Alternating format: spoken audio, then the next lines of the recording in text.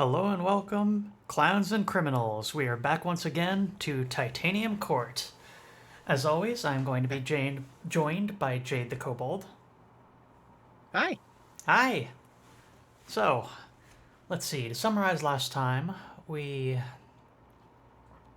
reflected on ourselves, successfully, Mm-hmm.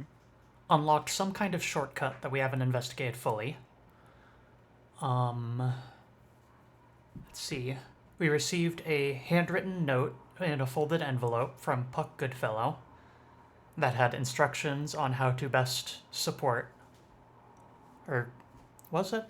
How to best support the court, and it was simply a one instruction note that said, "Step 1, leave." Jade by join the Kobold. Yes, that's almost what I said. Um, Uh, let's see. I Yes? listen. I just want you to know right now Yeah. that my current what I'm doing right now is I'm making a movie poster for Rip Line, the machine that kills children, as a movie poster. So I just want you to know that my mind is in we're good on this. We're gonna be fine. This is gonna be a good stream, okay?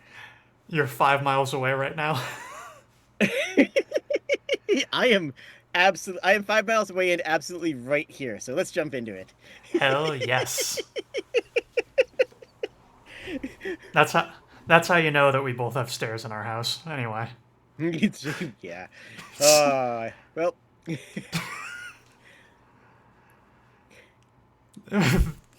Whatever. That's not the right game that we're we playing. we we would never be any of those allegations. I'm so sorry. Let me fix up one thing on my end here.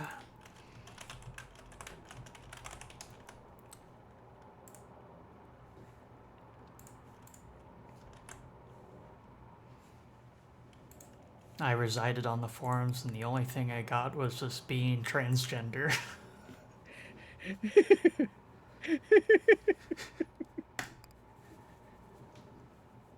And this cat girl I found. Um, Alright.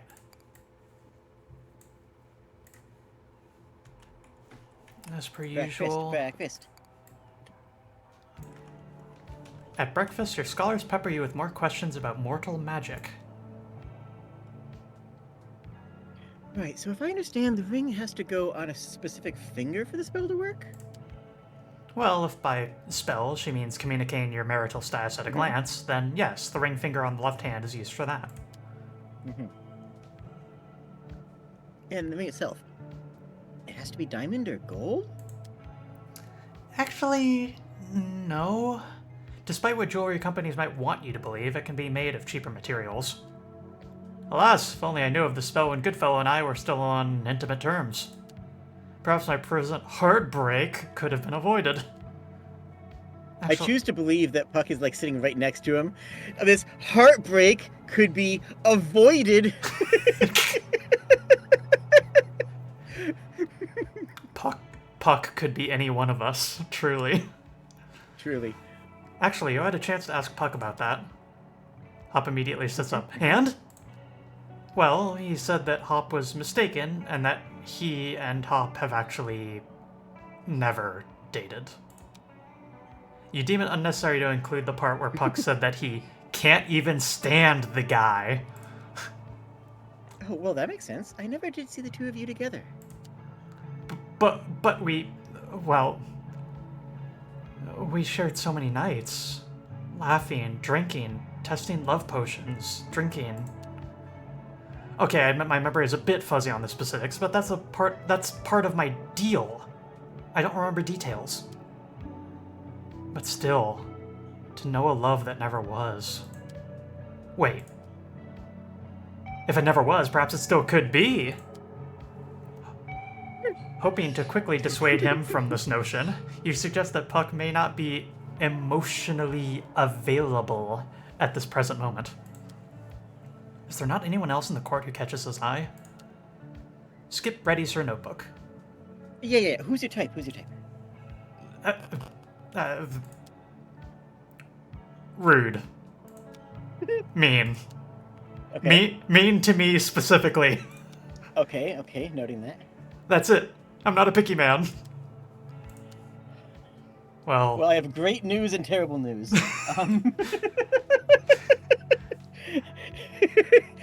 This all depends on what sort of what you define as a relationship, because you could be going out with Puck, and he acts that way to you, and you'll be happy and content in the relationship. Meanwhile, Puck does not have a relationship with you, which may actually make it hotter for this guy. Right? That. You know what?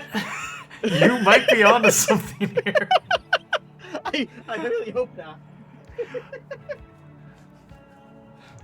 Toxic yaoi love not triangle.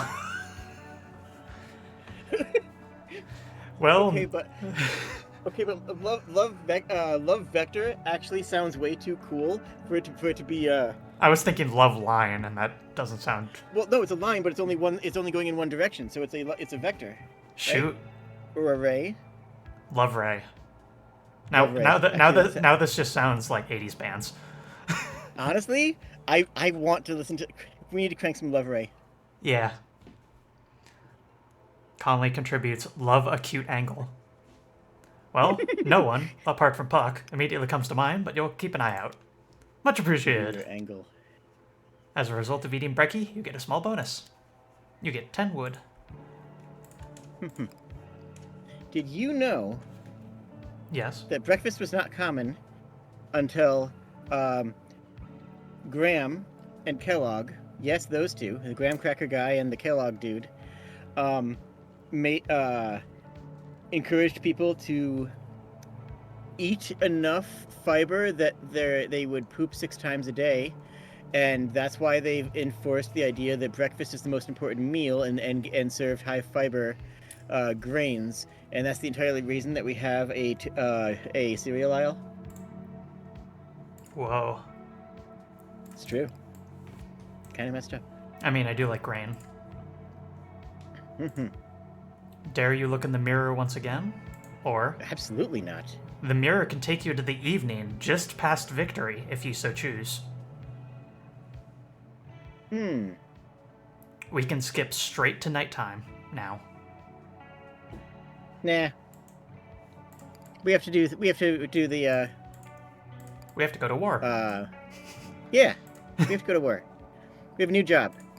That's true. Business. Offensive Business. job.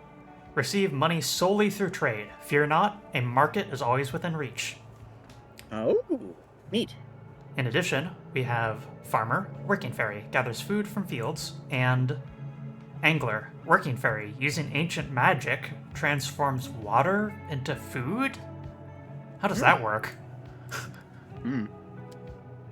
Leland, the newly minted chief economist of the court, proposes a new approach to the war. You suppose you could at least hear him out. Okay. Your Majesty, I am simply thrilled that you are considering a pious approach to this war.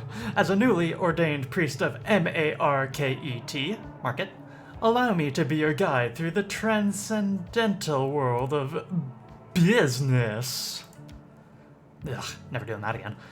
First things first, while following the path of market, the court will not earn money by destroying the enemy. This is because followers of market do not have jobs. They create jobs. To compensate for the lack of standard wages, market itself will provide the court with funds. What he means, no need to seek out market on the battlefield. With the business job, market is always available. The mechanisms of this divine intervention are quite complex, but I am You stop him here. You've interacted with market before, primarily by buying and selling food, water, wood, and stone. Is anything he's about to describe meaningfully different from those interactions?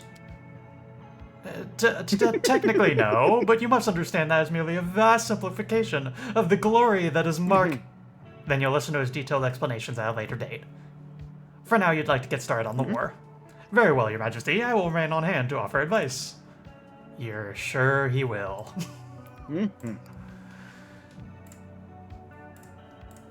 Let's look at the weather report.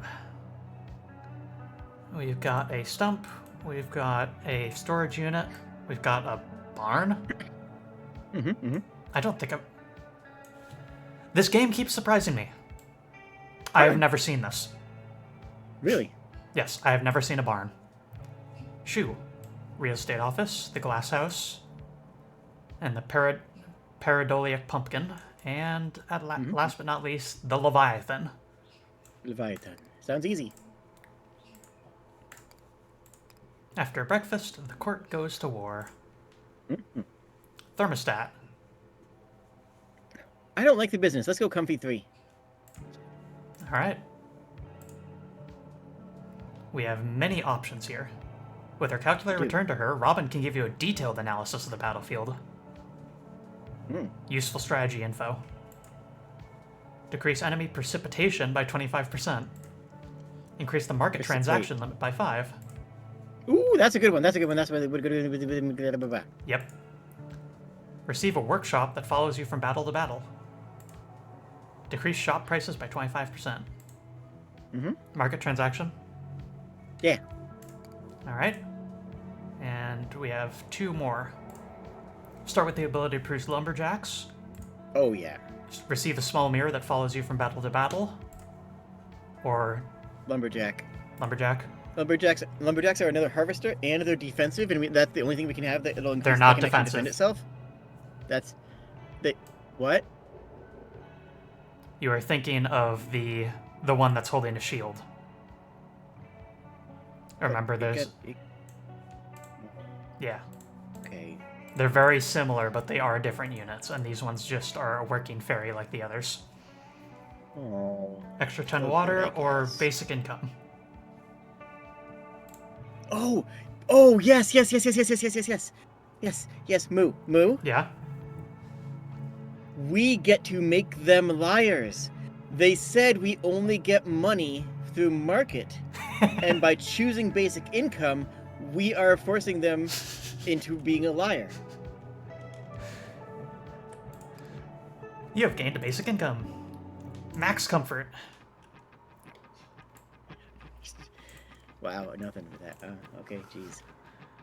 Oh no, I'm softly chuckling to myself at that idea. Just Okay. I think we need the shop because we are a market. Yep.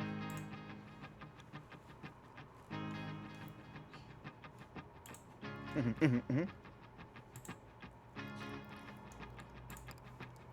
volcanoes can protect us. They can also unprotect us. There's a fella on the stump again. Judging from how this went last time we saw that. Probably wants to teach us self-defense. For the meager price of $1, which we could not afford last time. Tality Havoc gifted 10 subscriptions to the community. In our defense, I actually don't know how to end that statement because we didn't pay for it. Yep. In our defense. Yeah. Thank you, Lady Havoc. Oh my gosh. Thank you. Thank you so much. Oh, your side too? Very, very, very kind of you, Havoc.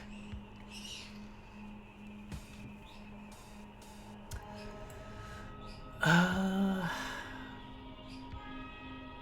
think it's just gonna keep doing that.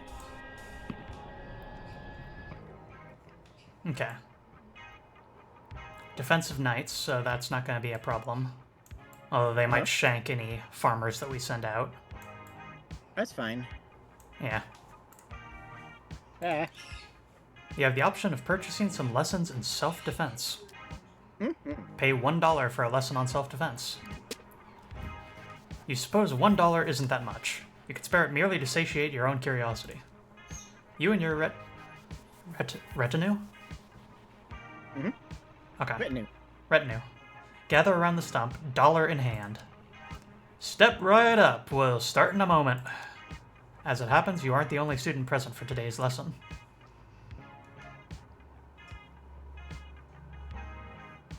You want to do this one? Sorry. YouTube is exploding. I think... We can take a minute. Oh, yeah. That's right. Oh my gosh. That's right. I have the honor of being Sensei's #1 disciple. That doesn't mean anything, kid. And please stop calling me that. The instructor turns to you. It's your first time here, right? Let me explain how this works. Basically, each lesson, I'm going to give you one card for self-defense and then tell you how to use it. But the first thing you gotta know is, not always going to be here to give you cards. If you really want to defend yourself, you're eventually going to need to find your own cards. Question, Sensei. Where can we find these cards? Haven't you been coming here for years, kid? You tell me. Sensei's answers always possess so many meanings. True understanding still eludes me. 1 second. I feel like I probably need to turn you up ever so slightly on my end. Thank you for turning me up. There. Yay. Okay, look, kid. It's not a riddle. Normally, you can just find self-defense cards in shops or chests. Got it? You nod. Shops. Chests. Anyway, why don't you start by choosing a card? So, let's just look at all these first off. Archer Outpost. Obviously, we defensive want the structure. Archer Outpost. Yep. That'll Driller. last the entire time. Working defensive ferry. Pretty good. Yeah. Yeah. Standard defensive ferry. Pay in advance for shield around your court. Ooh. Wears off before the next battle. So it's I think I'm in a really bad position, and I think I'm going to take 15 damage today. I should get 15 shield. Yes. But it's, it's entirely vibes based. Thorns. Defensive tradition. All who would harm you take damage in return. Buying it multiple times doubles it. Neat. Archer Outpost, though, is probably the answer. Oh yeah, Archer Outpost. 100%. 100%. Not even a question. Yep, dead center. The Archer Outpost is promptly built at the specified location. Because that's going to come with us. Archer Outpost, now we're talking. So you may have already noticed, but this isn't a card like most of your other options. It's a structure. Once a structure has been built, you can just leave it alone and it'll do its thing. In this case, the Archer and the Outpost will shoot down any enemies that come within its range. Now, here's the important part. You see this house symbol, right? You do. A symbol? What sort of baffling wordplay is this? Well, whenever you see that house symbol, it means the tile will follow you from battle to battle. What's more, you can freely swap anything with the house symbol as if it were your own court. So in the case of the Archer Outpost, it'll stick with you until it gets destroyed or the Archer is removed. That's all there is to it. Why don't you take it out for a test drive, huh? That poor, confused student. Ooh, what's that first one? Let's take a look. Barracks. We can get 2 structures? Dragon's Cough. Raise the tile above you one at a time. Thorns. Defensive tradition. Orchard. Working tradition. Get food whenever you gather wood. Considering that we got one of these, that's real handy. Trade water at market prices. Alright. All hail, market! Market. Okay, so we want structure. Yeah, for sure. Must be on a mountain tile. Perfect. And let's see here. Yes. Yep, I want to scrounge for $1 more. Let's sell 1 food. 1 food. Selling 1 food will give us many food. Yep. Explain how. Food can be exchanged for food and services.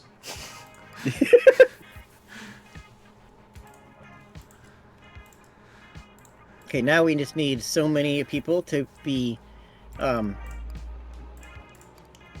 extra for So 1 more to buy the passive thorns. Okay, okay. I suppose. So, we have good boatlands. We have good farmlands. Mm-hmm. But the one we want the most is the treelands. Yep. Because the more trees we get, the more food we get. The more food we get, the more... the more food we get, the more wood we get. The more wood we get, the more trees we get. And the more water... and the more water we get, the more food we get, gives us the wood and... I couldn't have put it any better myself.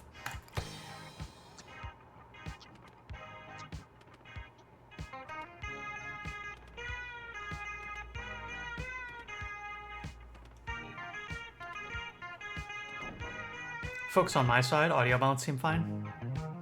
Because once again, this is my first time doing this game with my new microphone setup.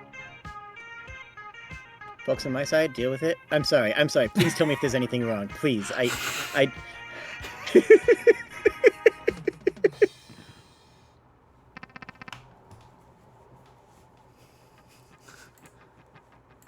Well, we kind of got everything we need shop-wise, so we can just treasure. Yeah. Right?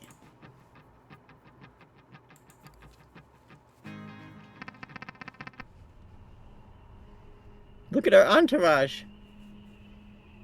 We really do have a pretty cool entourage. Mm-hmm.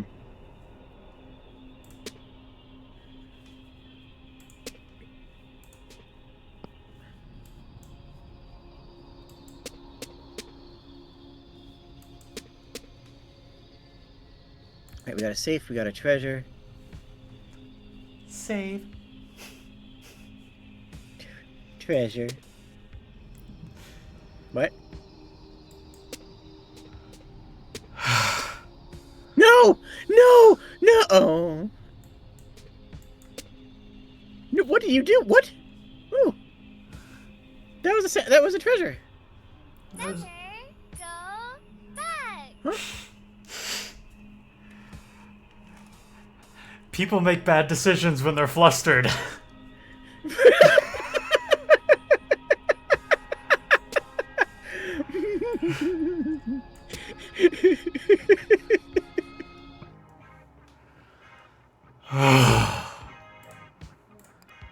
People make bad decisions when they're flustered.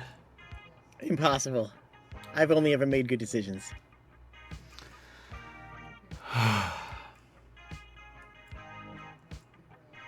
Okay. What's happening? I don't know. Me either. Don't look at me.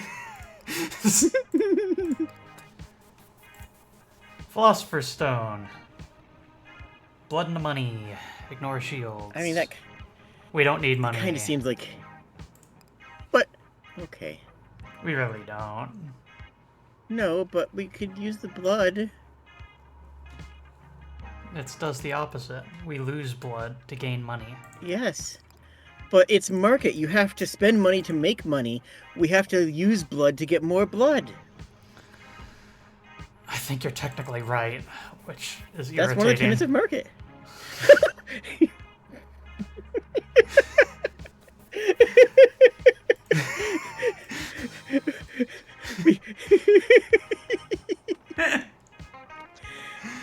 I think you're technically right, which is irritating is a good phrase. I Yeah, think. yeah.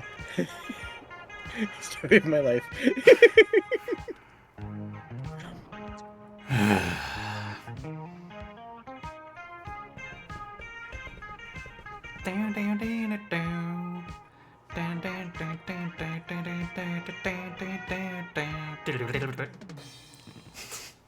Lovely. Moni. We need... Wait, We need treasure. yes, anyways. You need treasure. Am I Yeah. understanding correctly? Yeah, mm-hmm. Okay. So I'd say we should go here in order to obtain the treasure that you need. I couldn't agree more. A rowdy My brain is working fantastic. Oh god! A rowdy What? barn full of centaurs suddenly appears in front of the court. They don't mention that in the description. It just says House of Animals. It does not specify that's full of centaurs. Right, so here's what my notes say. First of all, at the start of low tide, the barn will surround itself with fields. That's good. And, well, then the barn will attack the crow with centaurs. Anyways. Since centaurs can't go across hills, our best line of defense might be to surround ourselves with, hills. You thank Robin for this information.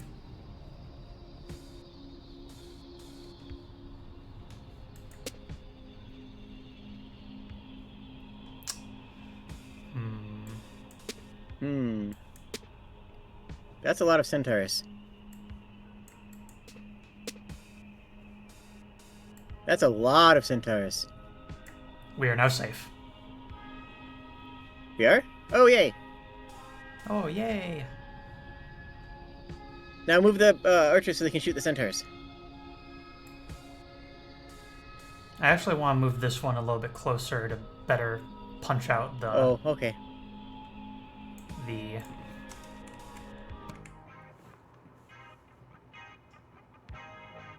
Right. Mm-hmm. Okay. Yeah, Good. Good. Good. we're fine. You accounted for that. Yeah, I did. I accounted for that. Tonic. I told you water would give us health.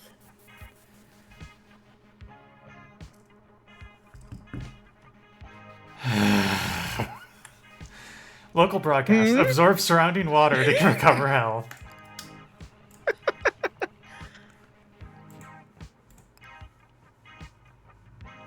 Blessings upon your business. Prices are determined by market.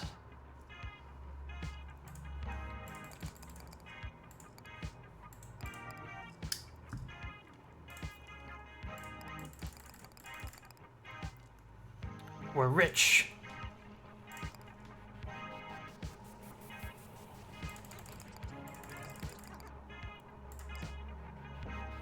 Woodman's first. Yeah.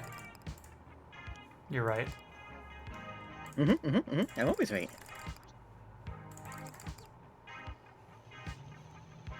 In a boat. Squints. That boat is gonna Yeah. have to climb a mountain in order to get to the water, but sure.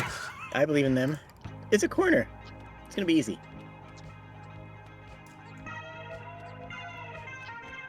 Whoa, special boss fight music. Cool.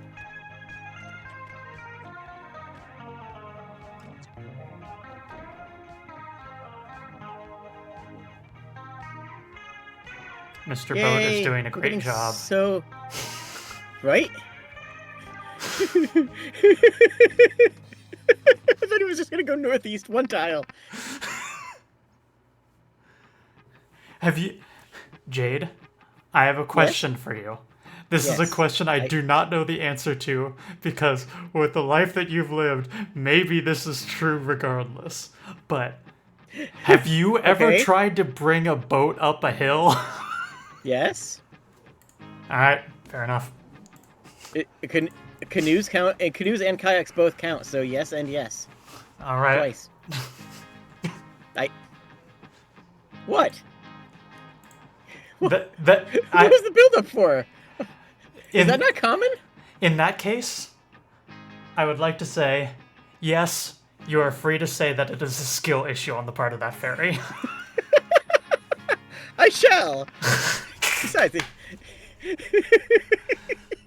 I shall do so at once. Skill pursue it issue. immediately.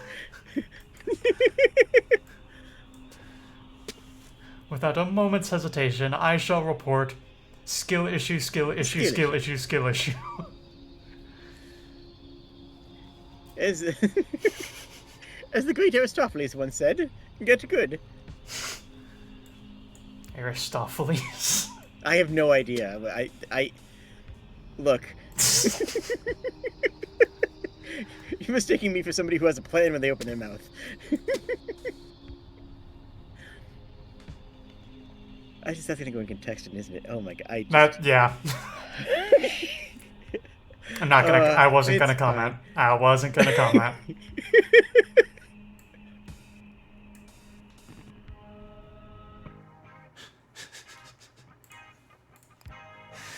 We need some water.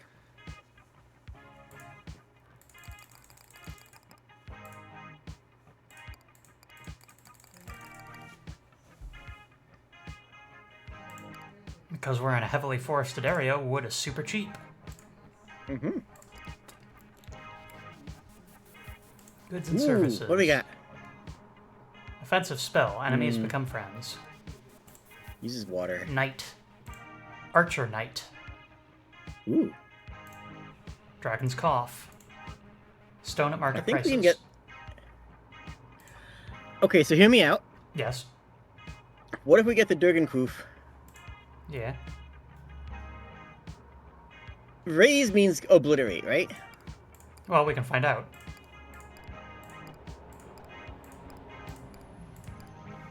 Yep. The answer is yes. Raise means obliterate. Moo, Is that what we want?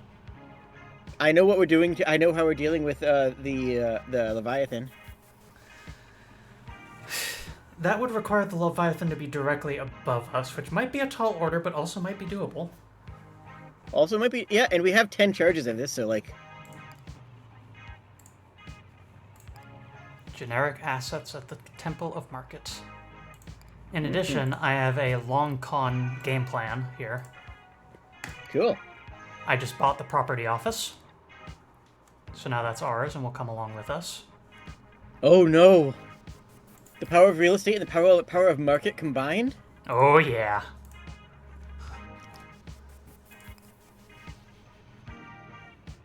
Only good things happen when those two forces overlap.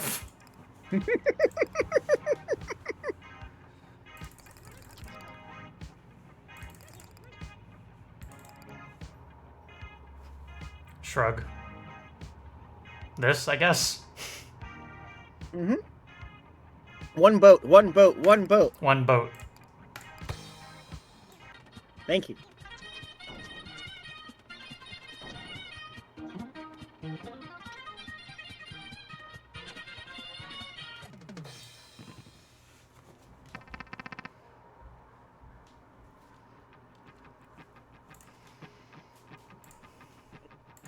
Mm-mm.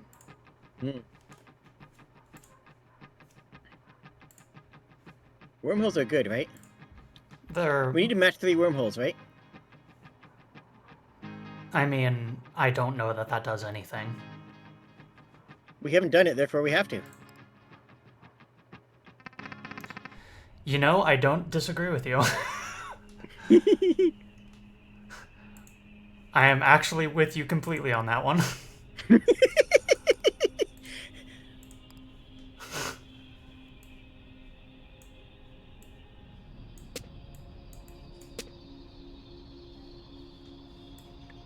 There's wheat near the top.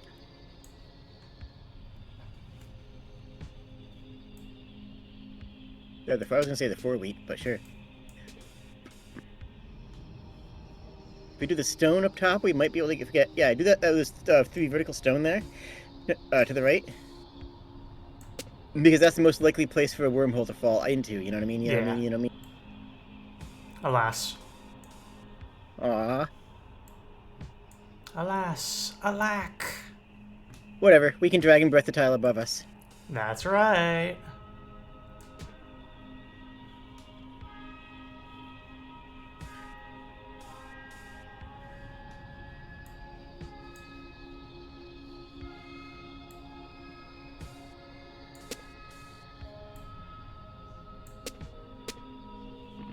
Oh, finally 3rd wormhole, but... Yeah. Alas, someday. Someday. Liquid refreshments? The treasure chest was full of water. That's incredible. But did you know that water is the water of life? You consider returning to the potion shop for more love potions. Mm-hmm.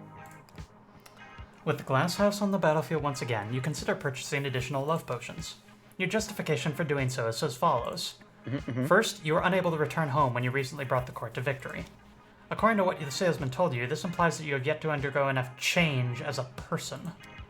But despite it being insufficient for this purpose, your experience with the potion of liking baseball has been entirely pleasant. Yeah, it's increasing the amount of happiness you have. You're not opposed to experimenting further with love potions, especially if they might still lead you home. Except... This is... Oh, I just want to say, though, that this is a hyperfixation. That's how hyperfixations work. You find something new that brings you joy and happiness and excitement, and you spend the next month or 2 months researching it every night, doing deep diving into everything about it, and then over that time period become an expert in the field. And then once you're an expert in the field of whatever it is that you've just started researching, then you can move on to start researching other things and become experts in other fields. That's what a hyperfixation is. It's a love potion. A long time ago, I drank the potion of liking doom. Better than me chugging the Love's Final Fantasy XI juice. Anyways, sorry, Your Majesty, we're all sold out. Someone came in not too long ago and bought out our entire stock. Well, this is somewhat inconvenient. How else are you supposed to achieve a sufficient personal change? How else are you to achieve sufficient personal change to find your way home? I don't know. Have you tried taking up new hobbies? You know, stuff like card collecting, labor organizing, opening jars, labor organizing, turning the thermostat up high, labor organizing, or rearing children. Interesting choices of a couple of these. He notes opening jars, which is one of the methods that we use for removing a curse. And then we've already established... And that helps us grow as a person. Yeah, and then we already established turning the thermostat up. That was to solve that debate at the court. I'm going to assume that all of these are actual things. I assume there's going to be card collecting now. I assume there's going to be labor organizing at all and maybe we'll even have kids.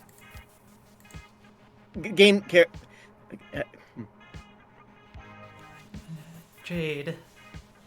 Hi, how's it going? Hi. I can't raise kids. I saw the joke and I'm like, no, actually, no. No, but I'm still gonna make the joke. Yep. Good jokes are good. You think he has a somewhat strange idea of what constitutes a hobby? Oh, hey, there's not much else to do around these parts, but I'll get you figured out. Hey. Is indie games a hobby? It's true that opening jars is one of the preeminent hobbies in this setting. Nuke. Oh yeah, we gotta sell 60 bazillion things. $40.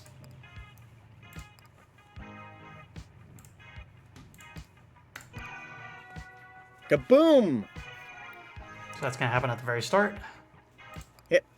We'll assume that kills them. And we are buying the glass house. Ooh. Oh.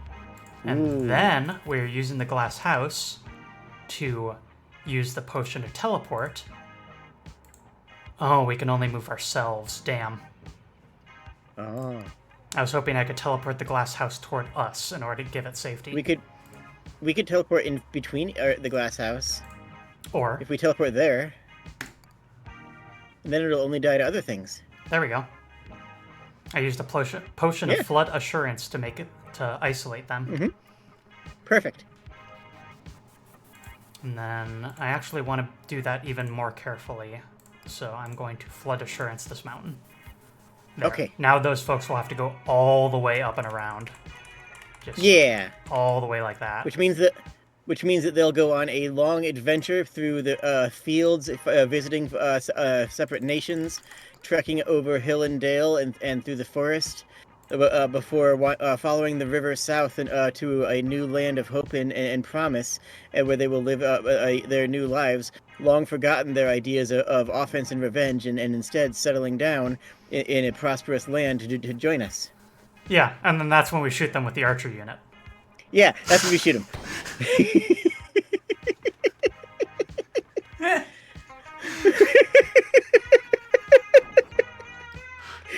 This is fun. I'm having fun.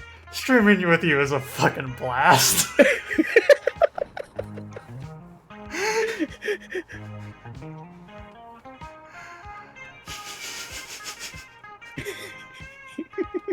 I'm just glad you remembered to get a boat. I'm going to be bitter if you skip a boat at any point here, okay? I know. I understand you well enough.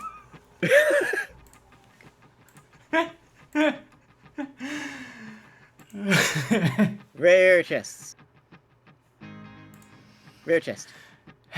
Yeah, but missing hills all catapults is a bad combo. Yeah. I'm sorry, I can't. But that's why we have... But that's why we have money! Oh yeah, because all centaurs is a lot safer, huh? Yeah, it is. Oh, dang.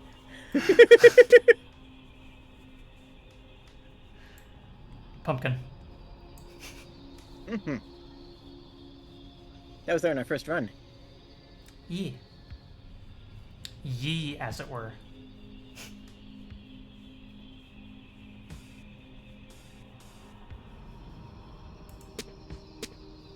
I mean, ye is just V, using the letter thorn, which is the letter for TH, which vaguely resembles a Y, but it's the old thing. It's not it. Like ye has never actually been what it says. Whoa. Yeah, it's the letter thorn. I mean, it's one of the letters like that exists in the English language. It's the letter that makes the sound, where a lot of people use TH nowadays. Right? Like, So it's the old touriston, not ye old? it's just, yeah, it's just the old, whatever. That's literally just the letter TH. It's the letter called thorn. Thorn's the like name of the letter. Yeah.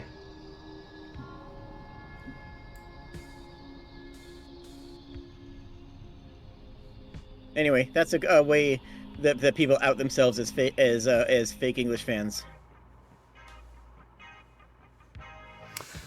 You know, I am in a unique position to try something strange. Hooray! So I'm gonna do a lot of things with this potion house. We got money. That's the whole point of this build. Yep. Let's make a mountain out of a Potion of molehill. geology is. Yep. Let's make another Then- mountain out of this molehill. Mm-hmm. And then that one will be sacked immediately by our soldier keep. Also, Yes, hello, because they're really Pokemaniac. cool. And then I am actually going to start a fire. Jack-o'-lantern. Oh, you're a genius. And buy it? Buy it. Buy it. Buy it. Buy. Yes. Like, I discovered this on my own when I got a pumpkin and a series of volcanoes. Oh. But Let's move. We have to sell. We have to max out our money. We have to max out our market. yes. Hold your horses, though. We're still making our purchases. But okay. But Hold your I'm saying, centaurs. I would love to hold a centaur. That sounds lovely. Oh, you could have at least given them some grazing area. Oh, that was mean. Make it part of the natural mountain range by putting it further south and giving them centaurs grazing area. There. Great. That's so much better. That is right. Like now, the upper part looks like a stream that travels from the northern part down, up and around that area, and then down into the underneath the mountain range by Invisible River into the small ocean near us. Gunboat, offensive rock. Attacks the enemy via water. Scamp, offensive fairy. Fast, fierce, fragile. Archer Knight, defensive fairy. Guards your court with arrows. Increase range from atop hills. I think we want to sell the tonic in order to buy scamps. Because that would Scamps. be... Yeah. Oh. Because that gives us an actual offensive fairy for the first time. Yeah. Yeah. And we're at max yeah. health. We haven't taken any damage yet. It's true. Okay, so... And we can only deploy 74 of them, though.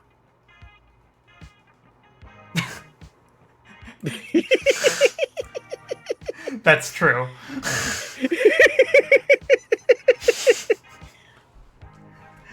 Good to keep in mind. Good to keep in mind. Only 74 available. I want you to try. I want you to try hit the button that many times and see what happens.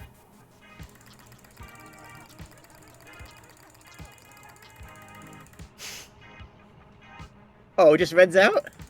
Yep. The entire timeline is full of scamps. I mean, we gotta do that once, right? This is also what I say when I look at... when I looked at Twitter back in the day. This entire timeline is full of scamps. Ah, okay, okay. You see, it's funny because a timeline is... Uh-huh. Yeah. Uh-huh. Uh-huh. Uh-huh. Yeah, yeah. Alright, let's go. Just kidding. Boat. Boat. Scamps. Scamp. Oh, Jesus. I have a concern. Me too. I have another concern.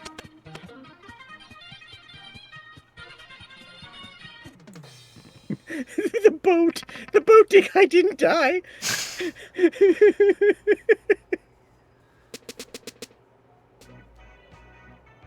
Someone in my chat knows exactly what to do. Take the opportunity right now. Good. Huh. What? What? Who? Go back. Thank you, Dusk. Anyways, yes, there we go. A vaguely aquatic head peeks out from a body of water not far from the court. We saw the universal symbol of never go back. And so someone redeemed never go back on my channel. Ah, Twitch nonsense. Got it. Yeah. I'm vaguely familiar.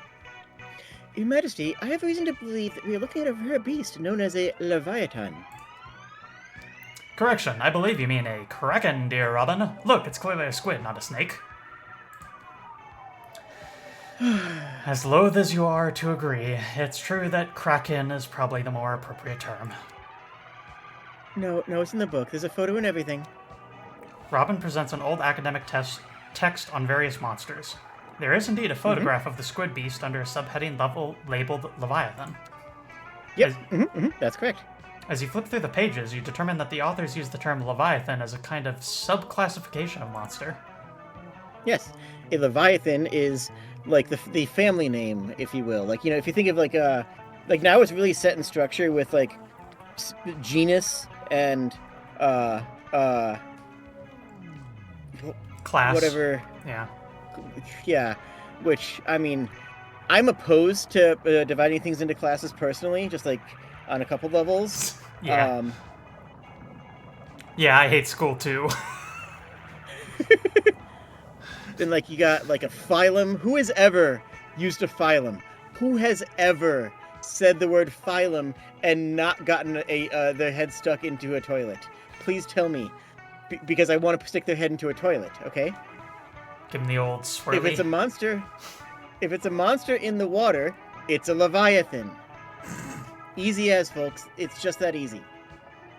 Putting aside what it's called, it doesn't appear to be showing signs of aggression. We can still destroy it with our death cannon, right? If it meant us any harm, it would submerge its head the moment it spots us.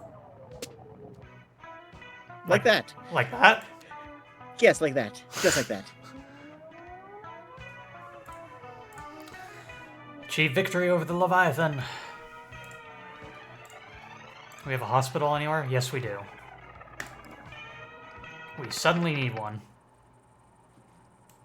Thanks to a not entirely fire-contained pareidolia pumpkin. Robin has notes on how the Leviathan behaves in battle. Right, so all this is coming from the textbook, but here are the important notes. First, the Leviathan exclusively attacks from water. Pokemaniac Chris in my chat says, I was able to impress upon someone how weird ginkgo trees are by pointing out that they are in their own phylum all by themselves. Yeah, that's... I can't reach you right now, so go ahead. You're gonna have to head to the walk and take care of yourself there, okay?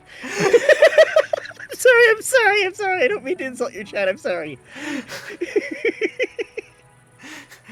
You use the magic word phylum, you get a swirly. It's a spell.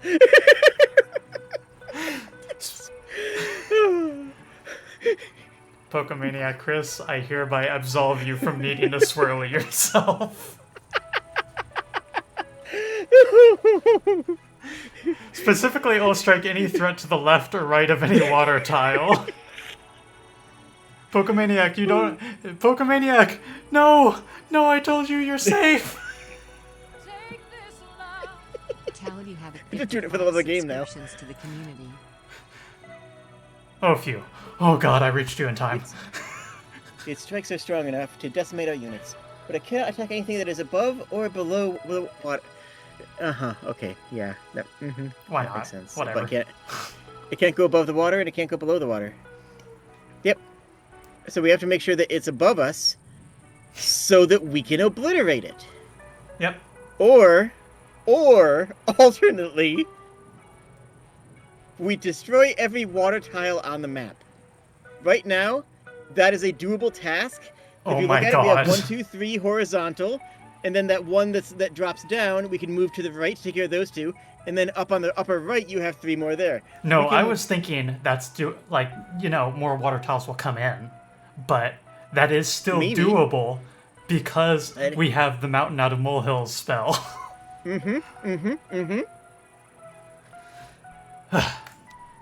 I don't know what's funnier, though. Because both are extraordinarily good, right? Like, not having the crack... I think not having the Kraken be able to spawn is funnier. Leviathan. Also, your line. If we want to actually attack the Leviathan, we will need to first destroy enough of its limbs to force its head to the surface. There goes that idea. What? Well, Be warned, if we make it mad, it'll begin hurling projectiles similar to those fired by catapults. But good news, the Leviathan has no allegiance to the enemy. It'll attack them just as it attacks us, and they'll do the same to it. It might be in our best interest to lay low and let the enemy and the Leviathan fight each other. And those are all the notes I have. you thank Robin for this information. Yee.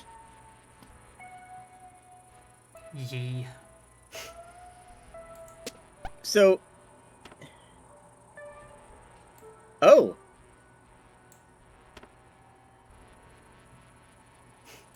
Huh.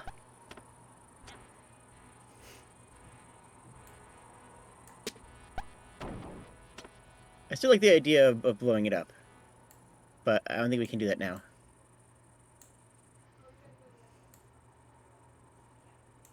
What if you take that water to the left and make a 4 match?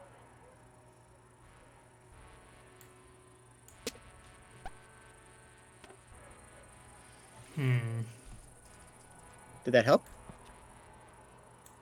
Dubious. That helps, though. Yes. I too am dubious.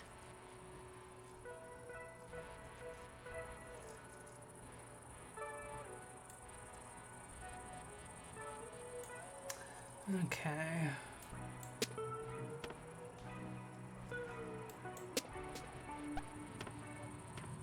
Thwack.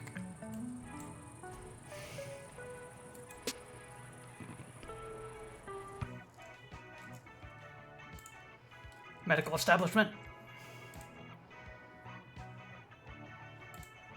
Max HP. I mean, we for have raw 8 materials. bucks, or provide raw materials and money for healing. Mhm. There we go. Yay! Generic assets at market. Because the boss one, it's always going to be the same. We'll be traveling through different areas, so it could change. Alright, so, Infinite Scamp works. In a moment. Well, okay. I agree entirely, but I think we need a moment first. Yes. Alright. How do we want to approach this in the funniest way possible? What are we doing? Glass house, potion of teleport right here, scamps from the middle of the map, fly around, and just beat the shit out of everything. Wait. Undo one. Okay, undo one. Go back to teleport. Go to the right. To the right one more and one down one. Again, its head is submerged, so we can't attack it directly yet. Oh, but I want it to explode. We could teleport here. And that means that we won't have a mountain in our way if we manage to bring it up to the surface immediately. That is better. Yeah.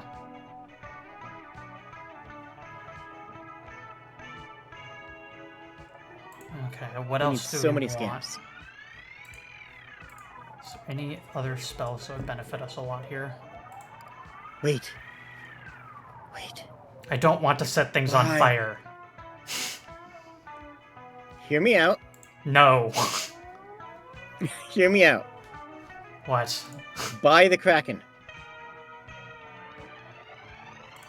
Buy the Kraken tile. What? Unfortunately, the existing owners refuse to sell that property. Okay, that's good. Fine. We bought the hospital, though. Oh, yeah. Okay. Scamp.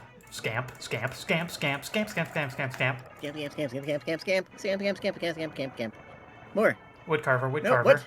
Boat. Scamp. And one nuke.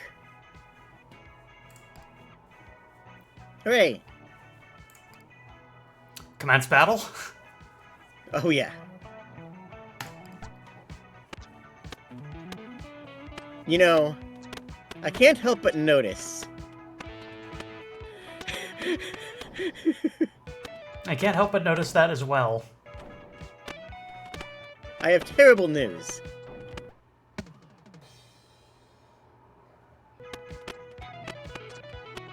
Are we seriously going to lose because of that?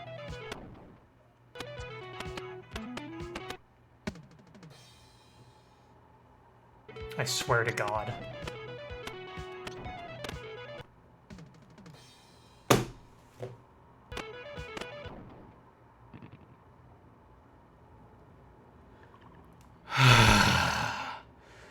Note to self. The pumpkin does not contain the fire.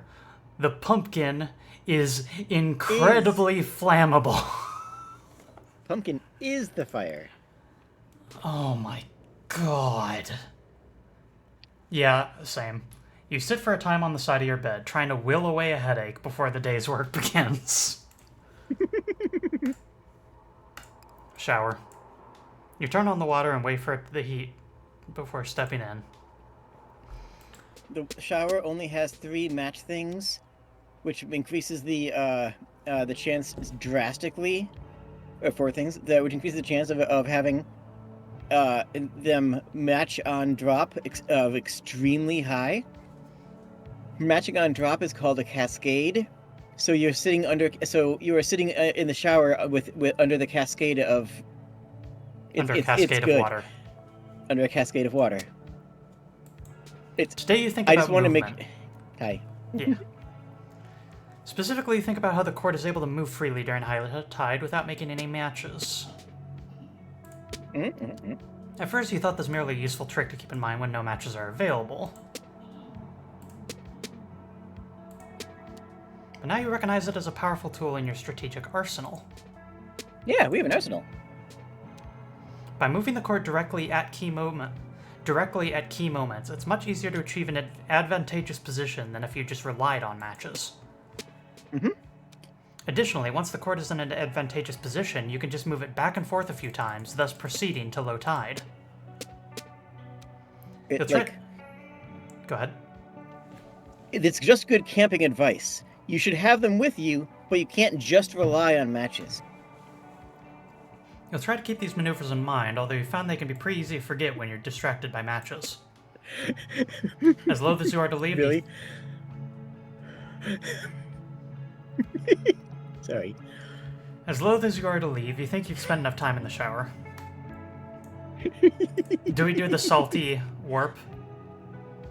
Oh, yeah, we would have won that. Having mastered the art of self-reflection, you can now use the mirror as a shortcut to the evening. Oh, wait. We have to first go... Wait. Whoa. Perhaps First, we have to go to... We have to go to the library.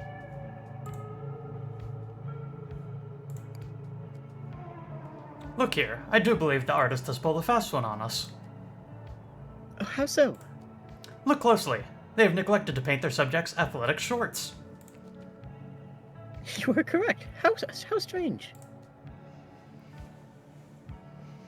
Even stranger, the shorts are still clearly part of the painting, despite not being painted. I expect this is a useful technique for saving paint. Undoubtedly.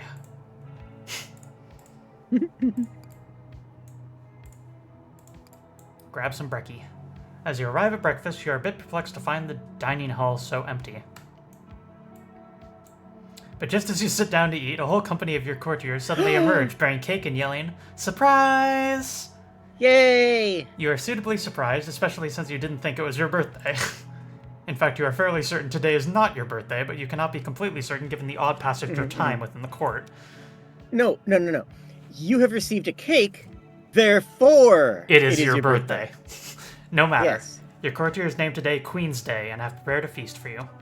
The meal is lavish and rich in every type of confection. You got 50 food. You got 50 water. You got 50 wood. You got 50 stone. Comfort increased. With time and repetition comes comfort. You feel your maximum level of comfort increased to 4. In addition, your courtiers inform you that today, you are free to rest. That's because today, they performed to plan your duties for you.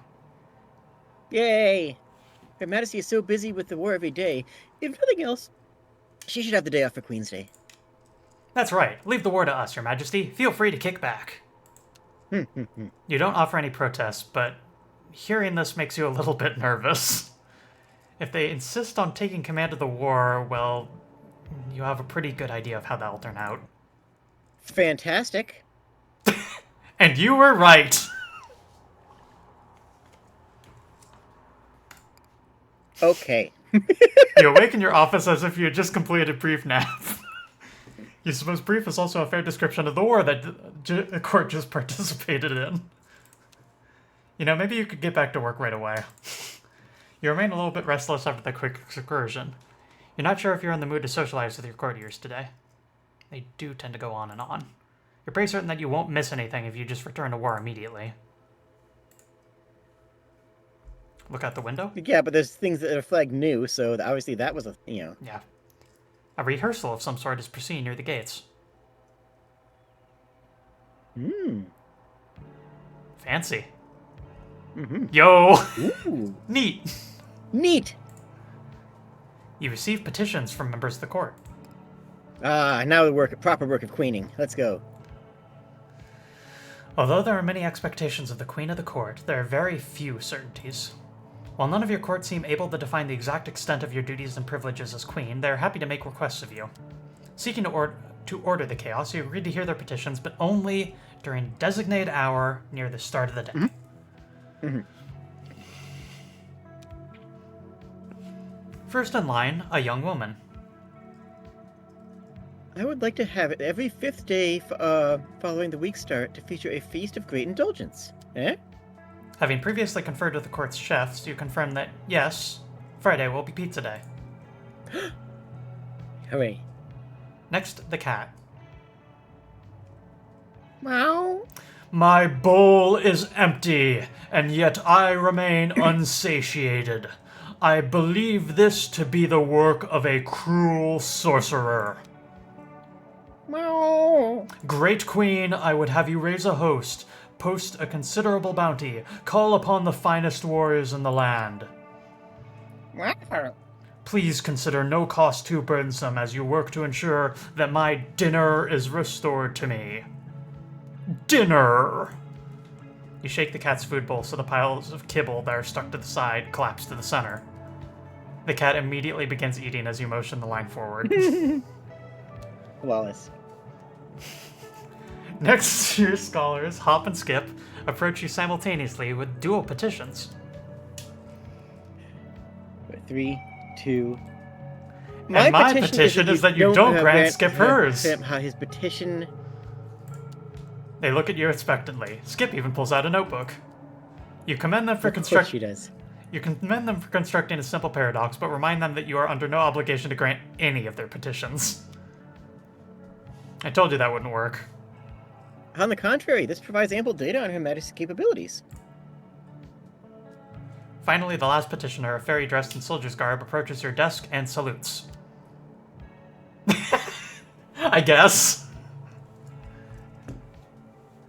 Your Majesty... Your Majesty, I am in dire need of some coaching. Puzzled, you ask what particular skill or field of study he hopes to improve on with coaching. He looks around sheepishly. Pains me to admit it, but I do not understand the difference between offense and defense. Okay, well... Okay. Go ahead. Sorry. No, that's you. Okay, well, in a competition or conflict between two teams, offense usually refers to the team that's attacking. Mm-hmm. Oh, I see. So say in a football game, the team attempting to aggressively take the ball away from the other team is the offense, yeah? Not quite. In most ball games, the team with the ball would be considered the offense because they're in a position to score. Sorry. Hey, Jade, are you in a position to score? It's just very funny. Just kidding, because we established this last time that you aren't. Was that too much? No, that... Anyways... He frowns. This is very funny because, in Japan, the word for offense and defense is, tori and uke, which is is also what they use for, what they also use for martial arts. It's who's doing the attack and who's receiving the attack.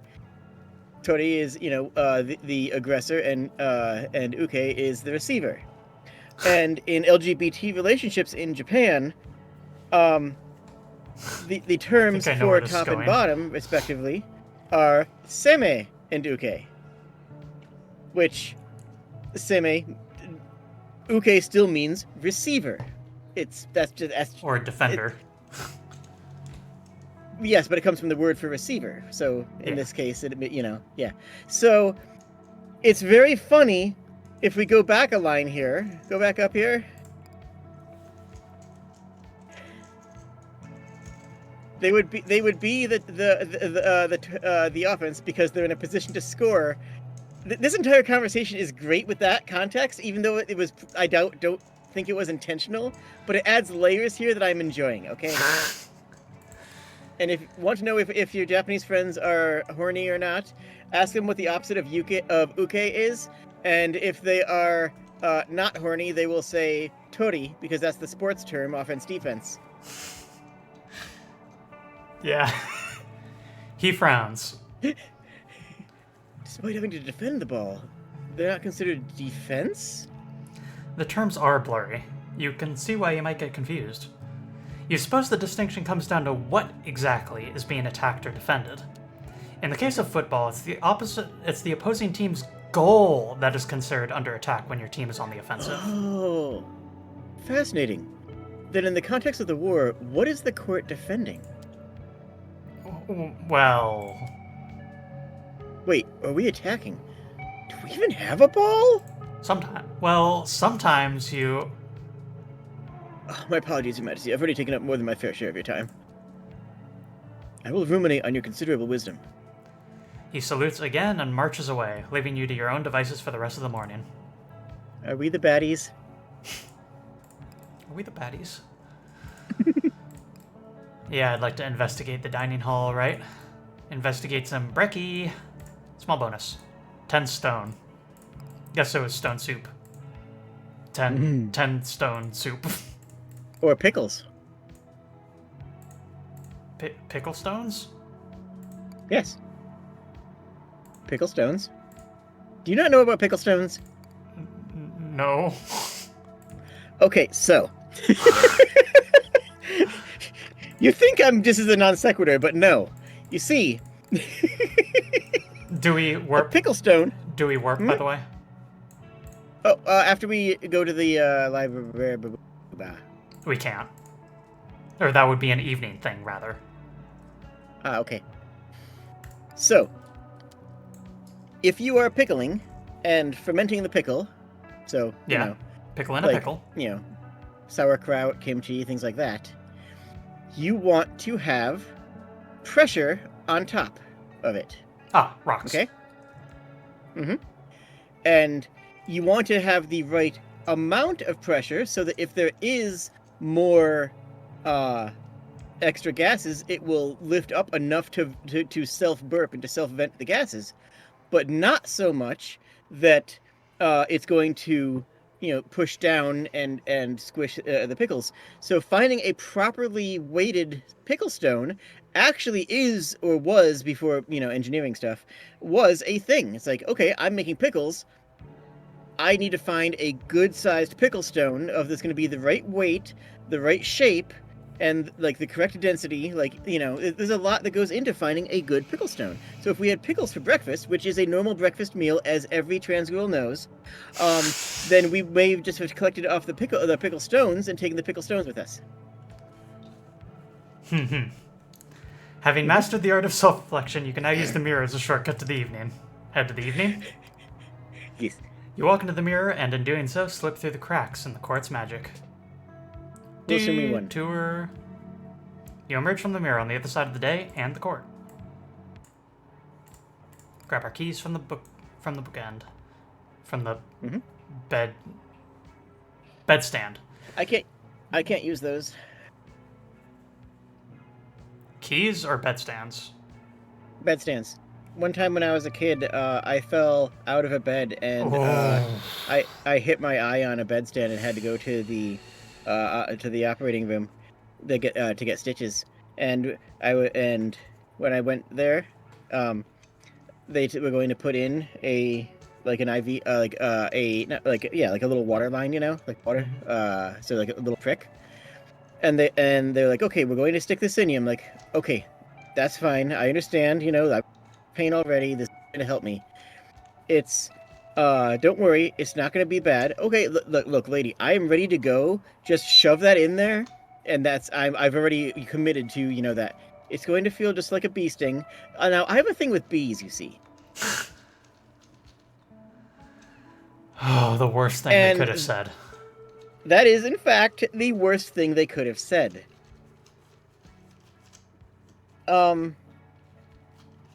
So in my country, hospitals have different new regulations for missing children now.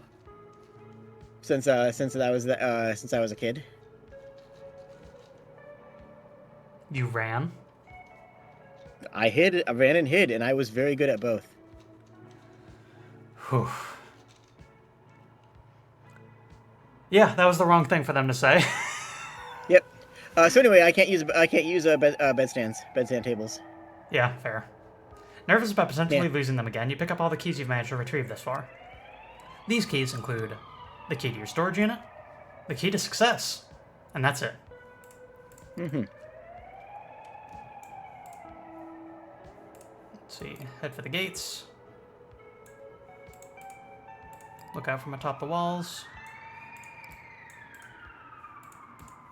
We know we can open 2 of the locks on the gate, but that's it. Mm-hmm. Check out the scoreboard. Guest team is at 7, we are at 10. Still winning. Got it. Wow. Library. Library. Okay. You have vague memory of tailing Puck through these halls. Mm-hmm. If only you could review that memory somehow. Although, I do remember we went to the door. Mm-hmm. We went left. Mm-hmm. Mm-hmm.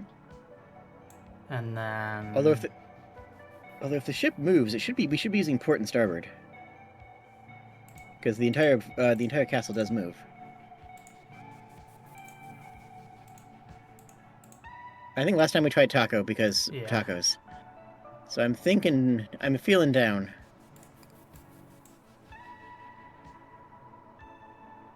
I remember what Puck did Okay. when we were here. Okay, have we written this down so far? Someone in chat? I remember what Puck did when we chased him to this area. Did he loop around and go back up? He sure did. You remembered too. Yep. That's important. You didn't get lost this time. Hype. The library. What should you do here? The visiting dignitary is taking a seat over there. You almost forgot about him. A large and ominous book sits on the table. Ooh. Book tables are table books, or like coffee table books, are actually really interesting because they're completely useless and not meant to be read. They're a symbol. They are a spell. The key to success is a book that you leave on your coffee table in order to leave a good impression to a visiting businessman. Yes. If you have a Yoshitaka Amano art book on your coffee table, the coffee is completely unnecessary. You need a coffee table, the coffee is completely unnecessary. But if you have that art book, it's going to send a different message to different guests than if you leave a cat,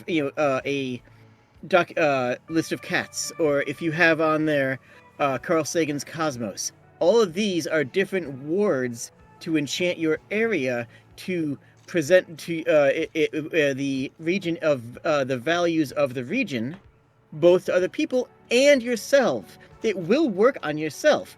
You must always remember that you are not immune to your own magic. In fact, this is something that you should be doing. Like, okay, let me give you some tips, okay? When you get out of bed, the thing that you look at first, look around at your bed and look at what direction you open your eyes when you wake up. Is there something pleasant in that direction? If you open your eyes and you see a table full of to-do lists and bills, you will wake up on the wrong side of the bed, because the right side of the bed would be the side that doesn't have things that make you sad when you wake up and look at them. Likewise, like, that's how you get these things to work on yourself. You're hacking your own brain, you know? This is where magic is. You change around what's in the book to change around the mood of the space. I've shown you all my treasure wall a couple times. On the treasure wall, I have a Nintendo and Super Nintendo. I actually do change the... I actually do change the cartridges in the Nintendo and Super Nintendo based on my mood.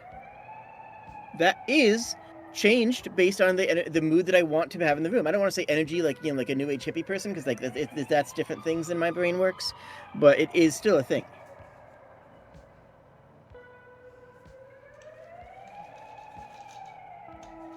You can enchant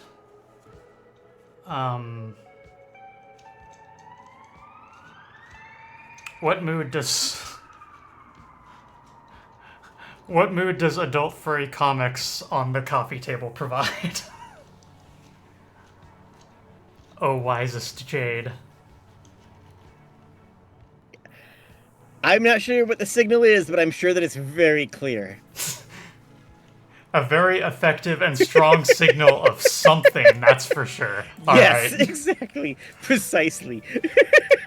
Alright, so which do we do? The book or the dignitary? The book, we have to read the room first. We have to read the room first. Illuminated by the moonlight, a large book catches your eye. The cover reads, The 13 Curses of Titanium Court. Despite the size of the book, the list is relatively small. It reads as follows. 1. The Curse of War. 2. The Curse of Petrification. Wait, hold on. We got war. We gotta talk about all these moves. We know. Like, come on, this is the content, right? Yeah. We're here. The Curse of We War. got this. So the Curse of War most likely is a literal thing, where the Curse of War is the fact that we have a war going. The fact that there's a war going, right. So do we solve that by removing the war? Maybe. Or at which point does it mean we have to win? And if so, is there an actual meaning of that makes sense? Now, the curse of petrification. We've That cured this I one. think. Huh? We have cured this one. Oh, which was that again? Through the power of our belief in cars, we were able to lift the Ah. curse of petrification. Because when the fairies saw a stop sign, they become petrified. But no, That makes sense. we explained to them the stop sign is for cars, not for people. And thus, the curse was dispelled. 3. The curse of comfort. We're working on those. Yeah, I suppose Yeah. comfort and strife, yep. Mm-hmm. The curse of guardianship. Lifted. That means we haven't cured the curse of petrification. It doesn't say lifted. You're right. But I do Which remember the means that stop it- sign thing. Yes, but I don't think that was a part of the curse. I think that the curse is the fact that the castle is made of stone, instead of basically anything else that's not made of stone. The castle is made of petrify. It is made of rock. And if the castle were made out of jelly or crystals or anything else, then we could lift the curse of petrification from the castle. Ah, Yeah? yes. The Jelly Castle. The main building in Visco City.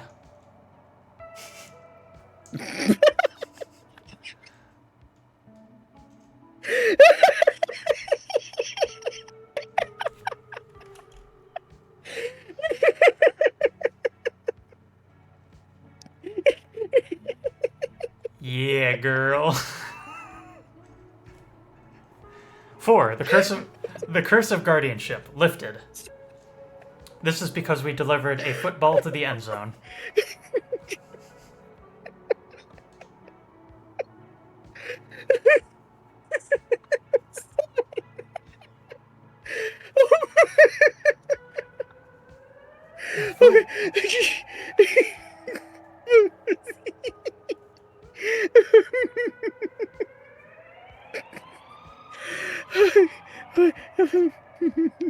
We'll take as much time as you need.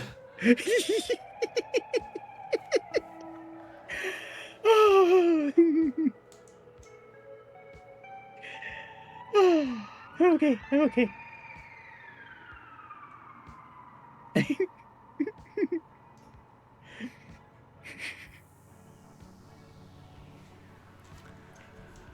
Right, that's long enough.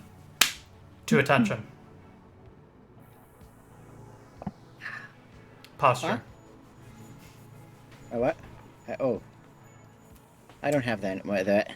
I don't have a posture. Anyways, I'm between postures right now. the curse of guardianship lifted for delivering the football to the end zone, which may have been an egg. Lifted after you managed to escort the football to the end zone. 5. The curse of violence.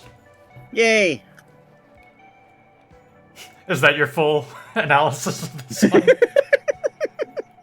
I mean, I assume that I don't know if we need to cause it or stop it, but One violence second. is different from war. Yes, violence is different from war, and also I need to do something very quick. Unfortunately, this will kill the sound on my end, the sound of the game. But please The bear with me difficulty because is- this bit is worth it.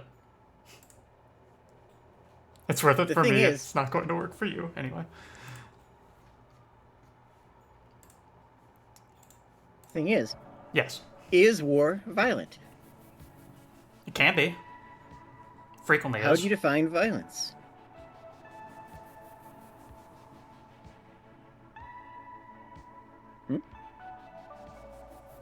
How do you define violence?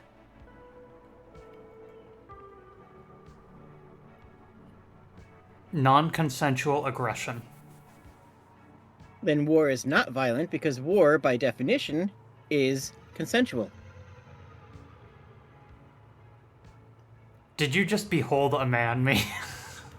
Yes. It's Damn true. it, Diogenes. War is a declaration, and the only individuals who are fighting are part of the armies of war, or part of the civilians who have put in place the leaders or support the leaders who have started the war. They are, just in definitions of violence, complicit in the systems in which that they are forced to be in. Now we could talk about that's a whole thing with the hierarchies a little later. That's going to be a different stream. But you could argue it's a strong argument that war is not violent because the violence that is being inflicted is between two people who have agreed to be at war with each other. I would counteract that it's not the people that agreed to that. It's not the soldiers that picked the war. I would counteract with the fact that everything I said is extraordinarily stupid. Of course, the people didn't consent to being in the war. Even the soldiers who have agreed to be in the war are working against their own best interests, and thus, in several definitions, it would be unable to consent to despite their own consent. The individuals who are in charge are to blame because they are the ones who are sending other people, but they are not committing violence because they are not the ones actually going out and causing it and inflicting it because they are protected by multiple layers of what do you call it? Insulation. Bullshit. Right. Yeah, that one. Okay. Insulation against being accused of being the ones who have caused it. I would like to contribute regarding violence.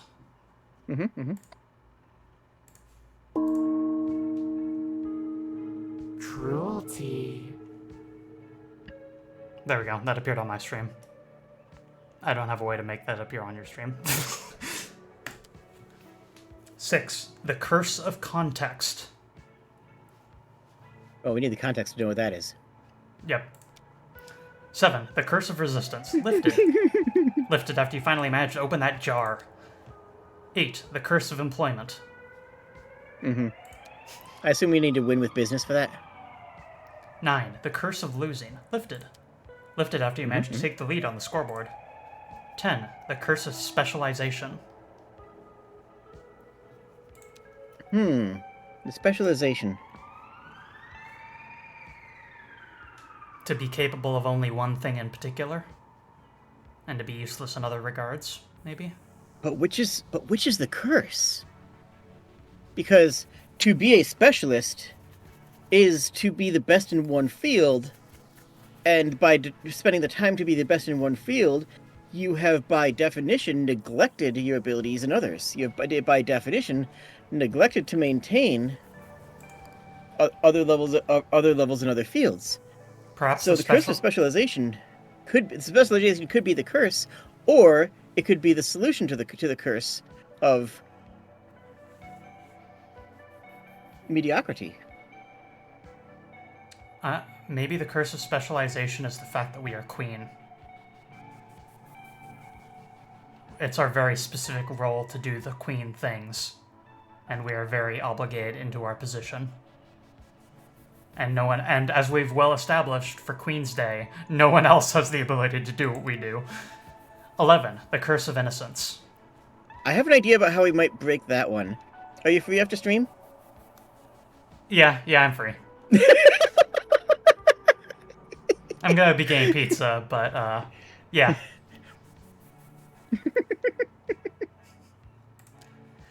The Curse of Curiosity. I think we're gonna do 2 birds with 1 stone.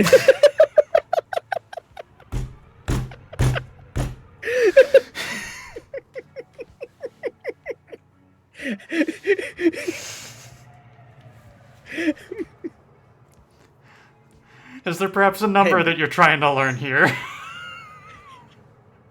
I don't know, I'm just blushing. And that's it. You place the book back where you found it. The visiting dignitary has taken a seat over there. You almost forgot about him. You find the visiting dignitary seated in the library, reading an old TV guide in the moonlight. Oh, Your Majesty, perfect. I tire of the shallow contemporary literature. Let's discuss something weighty. Have you had a chance to review the court's recorded curses yet? You have, though you can't say the vague list of names will actually help you lift any of these curses. Give us everything we need. Ah, yes, good fellow probably wrote it in his own shorthand. Well, I know how he thinks. Allow me to help you translate. Good, good. Well, alright.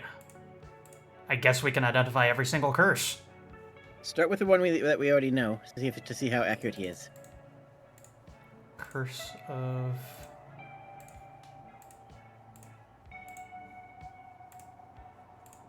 The ones that we've already solved seem to not be there. Ah. Let's just go from left to right, I suppose. Mm-hmm. The Curse of Context. If you're to lift the Curse of Context, you think you require a bit more context. Verbatim what I said. Pretty much. Of course, one must first possess something before they can rid themselves of it. Mm-hmm. Honestly, the name Curse of Context is a bit grandiose, even for my taste. You can lift it merely by removing your surroundings. By removing your surroundings. So, like, you just need to remove all neighboring tiles during a battle or something? A bit more grandiose than that, you'll need to remove every other tile during battle. Removing every other tile during battle. Is that even possible? Oh yeah, we could do that. Oh, absolutely, though you might need to do some planning to make it happen. But that, like many things, is not my problem. Shall we now discuss what is my problem? I have many. Having discussed a curse with you, begins to ramble and wanders off. Oh. Yeah, fair. I think we should have seen that one coming, actually. Yeah. The hallways. Gonna head toward my office in general. East wing. Goat room. Take a break. As you return to the sinister water cooler, the whispers that surround it resume their barrage. I have a new mic for this. Now here's a juicy tidbit about that dreadful Leviathan. See, I heard that brute can be bribed. I know. How could one possibly bribe a being that exists beyond the scale of our understanding? As it happens very carefully and at great expense.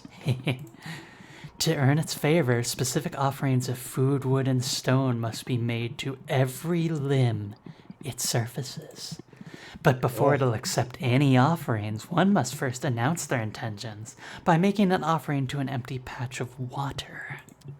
Such pompous ceremony is surely tedious and outdated, but who am I to judge? Now there are doubtless more rules of this procedure, but that's all I've heard so far. And that's about as much as you can stomach. You carefully retreat from the water cooler. After briefly hydrating, that is.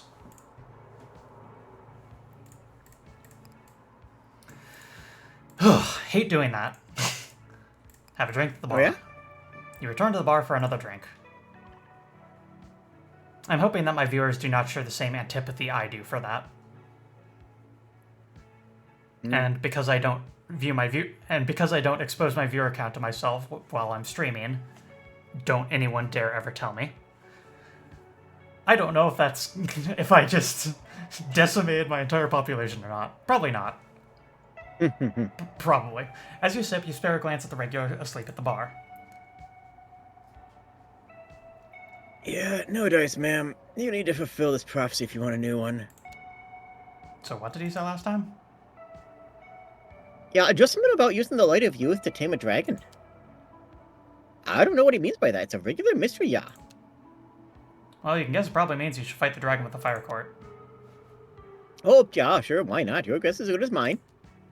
Your drink now finished, you stand up from the bar. No, it's not. We're the queen. Our guess is better than yours. Because we're better than you. Yes. Because We we're are. queen. Yes. Lift the curse of violence, whatever that is. Lift the curse of innocence, whatever that is. Lift the curse of curiosity, whatever that is. Lift the curse of specialization, whatever that is. Lift the curse of comfort, whatever that is. Lift the curse of war. Lift the curse of petrification, whatever that is. Lift the curse of employment, whatever that is. Lift the curse of context by destroying every other tile on the battlefield. Good evening, Your Majesty. Shall we perform your last rites? No. Not right now. Perhaps you can still squeeze some extant value out of the waning evening. Such piety will not go unrewarded, Your Majesty. I lied. Yeah, we'll just hide. Yeah. Mm-hmm. I'm sure you Hide and will go to bed. I'm sure you will be at our beck and call, Leland. We don't go to bed. We go to the chapel. You know how this works. But we're in a mirror. This can't work. Can't it? We can try. Puck looks up at your approach, eyes sparkling and fearful. As usual, we have time for one earnest answer. Puck has offered to answer one of your questions before the court shatters again. Let's just go through the list and then we'll discuss them. Mm-hmm. Why did he proclaim you queen? Why has his demeanor toward you suddenly changed? How might you return home? What exactly is the court? Ask him about the curses placed upon the court.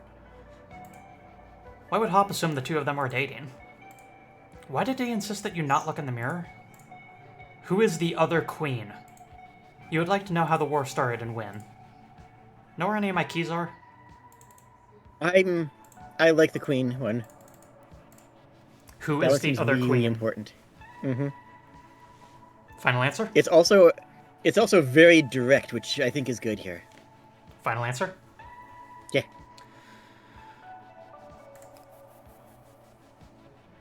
Now seems as good a time as any to ask him about the other queen you've heard brief mention of within the court.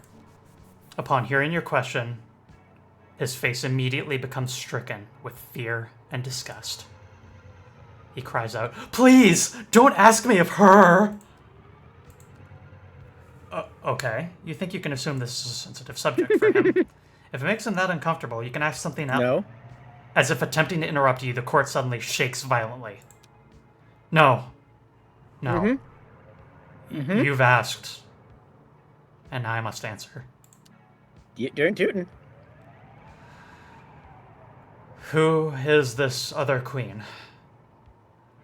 Nothing I can say will ever be sufficient. She advances the course of events. She devours magic. She is our patron and our bane. We know nothing of who she really is or what she really desires. But we can always see her watching. Which is why, honestly, I assumed you would be quite familiar with her already. Everyone gets this, right? Everyone knows? This is pretty obvious. You're not sure what you follow what he's saying. No, we all... Must I spell it out? Go for it. She is looking directly at you, right now, as she has been since the moment of your arrival. The hair on your back stands up in response to this claim. You somehow know that if you turn around, you'll see her. Hi. But you resist the urge.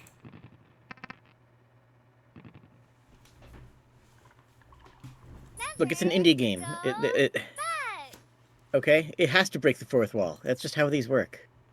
Yep. Cut the commercial, and you're back.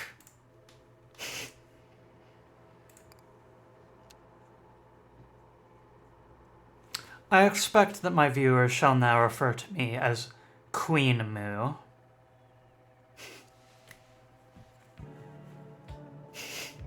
You turn on the water and wait for it to heat before stepping in.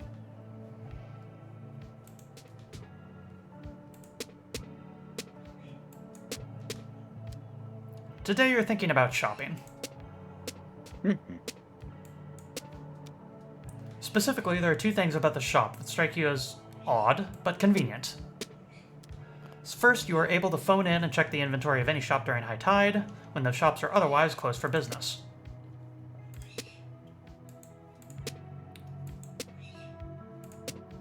Doesn't seem odd.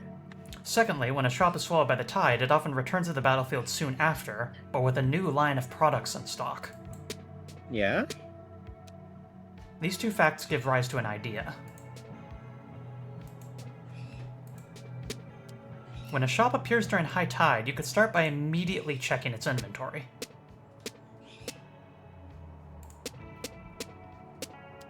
Then, should there be nothing useful in stock, you might intentionally match the shop away in hopes that the next shop will have what you need. Does that mean that it's always going to be another shop at some point? A new shop seems to appear basically immediately after you match one. Neat. Not immediately, but within, like, 6 tile drops. as in 6 total Okay. tiles disappearing. So like Nice. 2 matches, maybe. So if you do it at the very end, it might not work. But otherwise, if you match a shop immediately, you can get away with that gambit. Maybe even twice. While such a maneuver would clearly be beneficial to the war effort, it might also be unethical. The question Why? is, do the entities swallowed by the tide experience any sort of harm? Your scholars, for their part, seem to believe the answer is no. Yeah, that's the most convenient answer.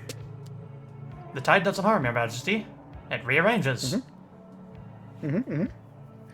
But perhaps that qualifies as harm in Her Majesty's. I know mortals can be picky about maintaining a single material form. So says your court, implying that you should probably just not worry about it and feel free to match away the shop to refresh its inventory. That's how ethics works. Don't worry about it. As loath as you are to leave, you think you've spent enough time in the shower. Explore the court.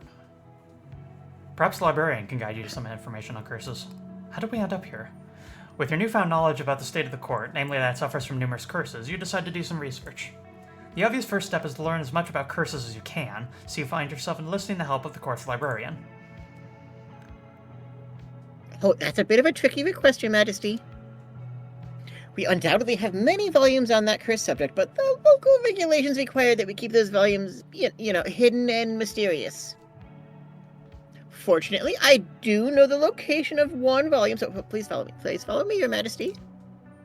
Very good librarian voice, I gotta say. Oh, why thank you. The librarian leads you deep into the stacks, eventually arriving at a specific shelf. They pull down a thick tome and present it to you. The title, 1001 Golf Holes You Must Play Before You Die. Edited by Jeff Barr. Ooh. You Must? Oh, wow. Yeah, That's... You, We better read this book. I love that this just... What? You're an expert. What? Once again, What? proving you're an expert. What? What'd I do? You give them a blank look, which they possibly mistake for a kind of shock. I know, truly a horrific sort of curse, Your Majesty. I cannot help but feel for the poor mortals so afflicted. Just the thought of them questing for millennia, seeking to fill these so-called holes so they might attain their final rest. It's unspeakably tragic. This is the only book I've found on the subject, but I'm afraid it soured my enthusiasm for curses quite a bit. Naturally allowed for me right away should I find any others. They take their leave. A cursory flip through the pages doesn't reveal anything otherwise hidden. You suppose you shouldn't discount the possibility that this book contains more secrets than its title suggests, but you honestly doubt it. Still, Well, yeah, we don't need to lift that curse. So, yep. Still, that book is good to have on hand, but it doesn't help with the curses we're dealing with. anyways, Jade, I was just expressing. But I was expressing delight that you managed to basically call the rest of the conversation the moment that the title appeared. Of just, oh yeah, this book is about. oh, This book is about how there's 1,001 holes that you must fill before you can ever die. yeah. You are immortal. Was that not clear? I'm not always good at. I'm sorry. No, you're fine. I'm Okay. impressed. Well, Have you okay. heard of this thing called golf? Mm-hmm. Yeah, old Scottish thing. Yeah. Mhm. Okay. But what about it? That book was about golf, and it's saying Yeah. Mm-hmm. it's not a literal curse saying that you need to visit all of these golf holes, otherwise you cannot achieve eternal rest. It's You just sure? a list of recommendations on golf holes that you should visit before you die. It's Because just, I was thinking it was the other way around. Because if you get that curse, and then you have to visit those holes. That would help give you a guide to be able to work through it, like being able to find the right metals for making a shirt, or or things like that. Whereas, like, it's a golf. I mean, obviously it's golf. Well, we know it's golf, yes. but it's even harder to make someone play golf at all of those locations before they die, because then not only do they have to do the hole, but they also have to have the finances and clubs and you have to have Generalized 3 resources. people willing to, right? Yeah, you have to have you have to have 3 other people who want to talk, who are interested in talking about finances, no matter what you say. Like, that's a tough thing to fill. You know, you have to feel these things to be able to do golf. You need a whole lot of clubs, and they're picky. You can't just take any club. I've tried. You cannot just take a regular club. You have to have one that's a certain shape. And then you have to have, like, 10 of them or something. You have to have a special one that's, like, 4 times the size of the others, but it still can't be, you can't take a baseball bat, even though that is a club. It's not going to work, because baseball bat is for hitting things at chest height, and these are for hitting things that are on the ground. Okay? So, you need to have a bunch of those. You need to have access to a type of vehicle, but it cannot be a road legal vehicle. It has to be a self-pushing cart. It's not a cart. Wait, no, it's not a cart. No, look. But it is a cart. It's different. Those exist. And the cart is another thing that you're going to have to find, maintain, and presumably bring to each one of these different golf courses. And then a lot of golf courses require you to be membership, which means you have to go on quests. It means you have to go on quests and trials and interviews to gain access to the course, to be able to lift the curse over time. Like, yes, it's about golf, but that makes it so much harder. Right? I can't disagree. It is a horrifying curse. Mm-hmm. Unspeakably tragic. Still, reasoning that it would be easier to find it later, you elect to carry the book back to your office rather than put it back on the shelf. Mm-hmm. Keep it safe. Yep. Keep it secret. Investigate the dining hall. Brecky. You're able to overhear a conversation from the table closest to yours. Perhaps someone could clear this up for me. What exactly is a mortal? Let me try. See, the mortal world is akin to a massive court. Its courtiers, mortals, are notorious for their bizarre practice of staying dead. Yeah, right? Staying dead? Don't they simply get bored of that after a while? They don't. Or at least, none of them have yet. I would say they're firmly committed to the lifestyle. Yeah. As a result of being Brecky, you get a small bonus.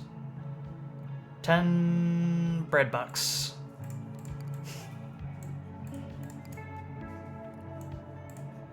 Robin brings an item to your attention. Your Majesty, among my notebooks I found one that seems to belong to you. This comes as a surprise. You didn't have any books on your person when you arrived at the court, so how could you have found one that belongs to you? That doesn't matter. I don't know, but it identifies you as its owner. Look. She's correct. On the inner cover, you find your own name written in your own handwriting. Curious, you open the book and read through some of the pages. The book is structured like a journal. Each entry describes a real memory from your time in the court. All these entries are written in your handwriting, use your personal shorthand, and employ many of your preferred turns of phrase. Nice. To your embarrassment, your literary affectations are painfully visible on these pages. It'd be difficult Unnice. It would be difficult to argue that you didn't write all this. Except, well, you didn't. You have no memory of writing. I almost got fired over that kind of thing. Okay, so. Elaborate. I was working tech support, and there was a website. Do you remember when they had websites instead of apps? And like different websites would have different bits of information on them that didn't infinitely scroll. Like instead of infinitely scrolling, they were just posted on that site. You know? Yeah. Yeah. It was a different time. You know. Yeah. I just have to explain it for the younger audience. So there was a site called, I think it was called Not Always Right. It was the customer's not always right sort of thing. Nowadays this would be a subreddit, right? That used to be a separate. They used to be a website, is what it. But nowadays they would be called subreddit. Clients from Hell is the one I know of. And yeah, I think it was Not Always Right, and there was a post on there, like this is describing, that fit my industry, fit my speaking style, Oh fit no. my writing style, and described an event that was not unlike one that I had experienced that week. I got called into the office because somebody found it and brought it to the company's attention. And what do you say to that? I didn't write that. But there was no way of saying that I didn't write it. I clearly wrote it, despite the fact that I had never written that. I was a lurker. I only read, I didn't post. But, like... The only guess on how that could have happened is a very sneaky attempted character assassination from whoever tried to bring this up with the company. That's the only way I can square that circle. I think it was another... Like, because the site filed the names off of all of the companies, you know? Yeah. So I'm thinking it was just another tech support person had the exact same experience, and maybe, like, was me in some way that I haven't discovered yet. A parallel you. Yeah. I mean, that makes the most sense, right? Yeah. You have no memory of writing any of this. As far as you know, this is the first time you've laid eyes on this journal. Isn't that out of the ordinary? All of my own journals function that way. If we recall, which maybe we'll be able to now, this is in fact how she operates. She has no memory of writing in any of her journals. No, except for this one. She points to the notebook she's writing in presently. Well, you suppose the court is a place of magic. It shouldn't be too surprising to discover that a journal that skips a step in the writing process. You resolve to further investigate this journal in the near future, but in the meantime, you thank Robin for bringing it to your attention. Anybody who does programming is very familiar with this, yes. is very familiar with this. Falling asleep at your desk and waking up to code that looks written better than you normally write and following guidelines that you usually ignore is on your computer. Yep. Of course, Your Majesty.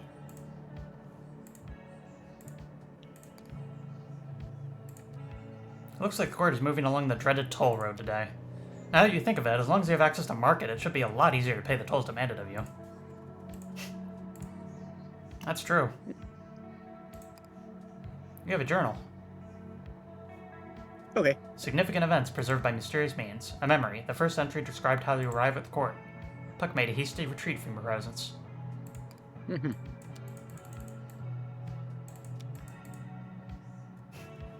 So, see cutscenes. Got it. Yep. Look through cutscenes. Should we market the goats? What's that? Should we market the goats? Sure. Although, we already marketed them once. We've already won against them, right? We have marketed them once. Oh, I guess we have to win his business. Yeah. We haven't won his... Yeah, let's win his business. Okay. Also, didn't we hear something about the goats and the strife they're in? We'd have to check the journal. I suppose we could.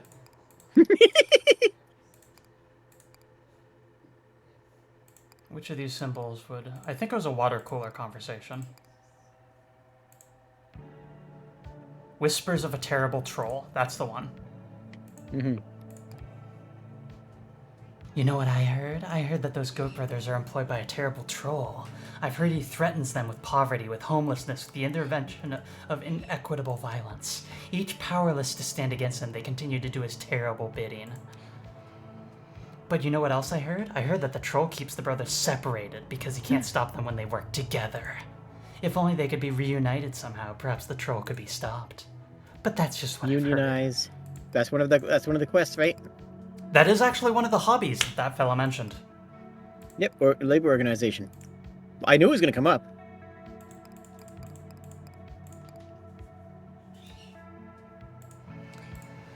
Alright, so do we want to label organize as market or as anything else? I think we should go do it as market just for the irony, you know? After Sorry, is that too much? After Brecky, the court goes to war. Comfort or strife? If we're trying to do something special, maybe comfort. Yeah. Give Robin her calculator, decrease shop prices, extra 10 wood, extra 6 money. Lower enemy precipitation seems good. Yeah. Because we, in theory, need to protect the goats, too. They can't... The workers can't unite if they're dead. They've... no, Hi. Market transaction limit or extra money. Transaction limit. Ah. Transaction limit. Transaction limit. Sorry, I realized I shouldn't say it something. I know.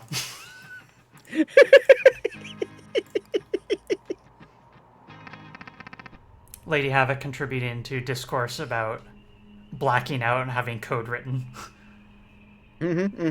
Wonderful piece of programming advice, slightly paraphrased. Always document your code because the next person trying to figure out may be you. I've heard it put another way, which is, Okay, there's two, so we gotta keep that debugging. Good. Debugging code is a murder mystery where you are the detective, the victim, and the murderer. Yep. Oh, no! It's too low now. Dang. Again, I don't know if this is real. I don't know if triple black hole is even anything of anything. Although I think it would flag your... It would flag an infinite... Yes, it would be like... it flags an infinite number of matches, since it would constantly be matching itself and also failing to match itself. It has to do stuff. There's no way that doesn't do something extremely interesting. Right? Yeah. What does the vending machine have to offer? Only snacks. Chunk, chunk, chunk. There are no enemies around. Nope. I think this is what we do. Yeah, no, this is perfect. 100%. 100%.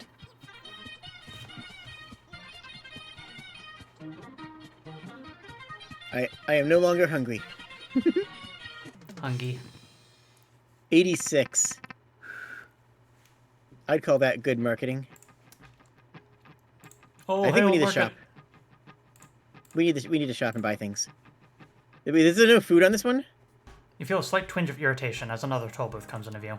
Right on schedule, a dire goat emerges from the booth and motions to the sign. According to the sign, the current toll is 4. So, I would like to remind you what happened last time. We paid the toll, and the goat drifted away alongside the tide. That doesn't get the goats together. Right, we need to... Yeah, exactly. There's a new sign on the battlefield. You and your courtiers observe another sign on the battlefield. A powerful command.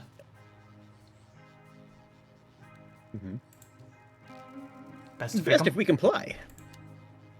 But what are we to stop? Well, to be on the safe side, let's assume all of it.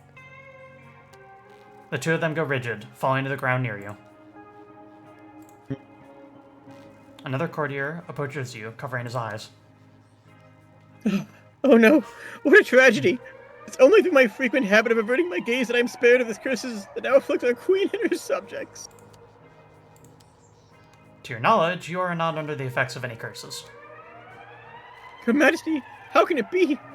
Even your greatest minds have yielded to the spell. Does he mean the stop sign? You explain the sign is for directing traffic and that it should not impact the regular movements of pedestrians. Well, it says one way, so like it already explains that there is a way of breaking the curse, which is nice. So, is it your faith in cars that protects you? How magnificent! I've never heard of such a thing. But alas, your subjects do not believe in cars. What is to become of them, compelled to stop in such a way? You look at the two on the ground, puzzled. You try to explain that vehicles compelled by the sign to stop are not actually required to remain stopped. Instead, they are You permitted have to to move. freeze, probably fall over, but then you can get up afterwards. Instead, But you have to stop all the way, right? Yep, you have to come to a complete stop and then you can move again. Mm-hmm. Instead, they are permitted to move again after coming to a loosely defined, complete stop. Upon hearing this, the fairies on the ground relax and breathe again. Of course, the sign only stipulates stop, singular. If it wished us to remain stopped, it would say stops, obviously. We must thank Her Majesty for removing this curse. I would never have come to that conclusion on my own.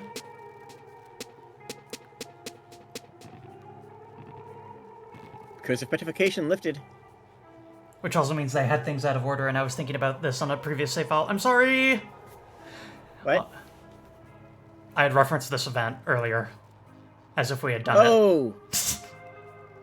It came to you in a dream, got it. It came to me in a dream. I had Makes sense. forward ESP, and, you know, the ball in the end zone. There you go. Okay.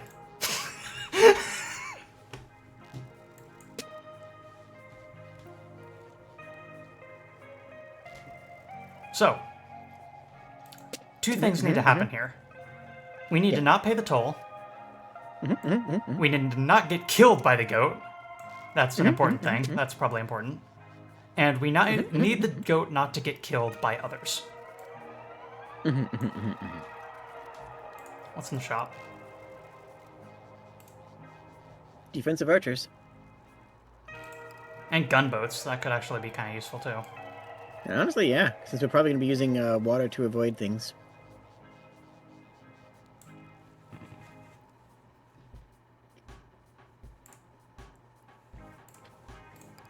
We can sell so much food here. At pretty good rates too.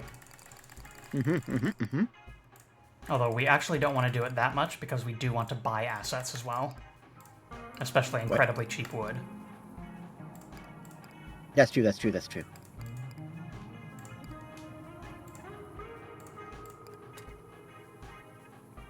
Shop is open. More resources. Simple as. I like the Archer Knight. I like that. I think that'd be useful. Oh. Oh. It's a struck. We don't get to... Okay. I mean, it's very cheap. Yeah? Yeah? Yeah? Wait, there and about? Yeah, those two spots. And right below it.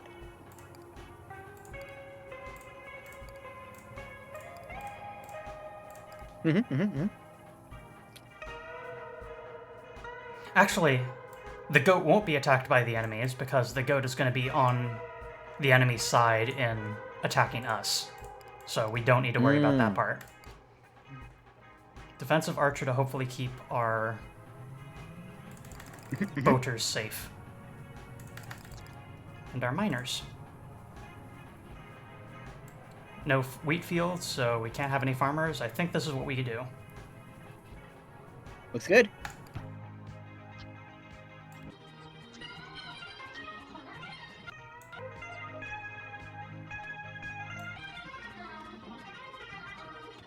Look at that weak and pitiful goat. Rude.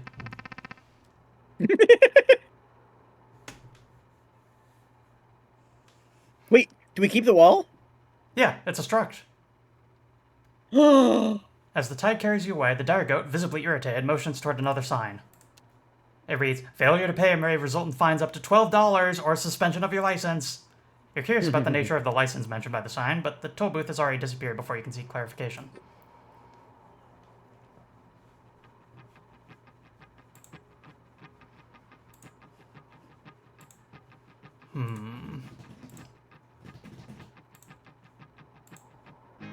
Well, missing fields means we can sell our food for a lot of money, right? Now you're thinking like a representative of market. I'm sorry. Yeah, that's the correct response for that.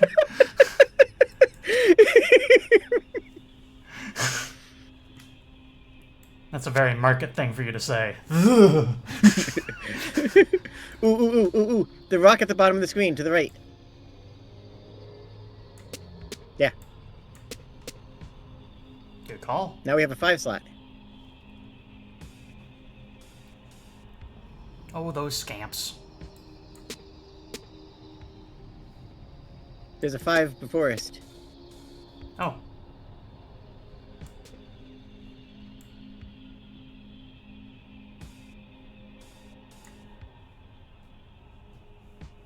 I don't think those scamps will be Oh able my to reach god. us. Oh my. Moo? No. Moo? No. Moo? Moo? There's treasure. We're keeping the treasure. Moo? Yeah? Is it this? No, no, no, no. I have a question. Yeah? If we buy 3 walls and put them next to each other...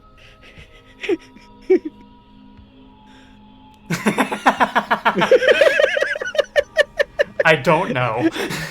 Oh, we gotta try it next time we see the wall. Connect 3 walls and see if It they just go away. deletes.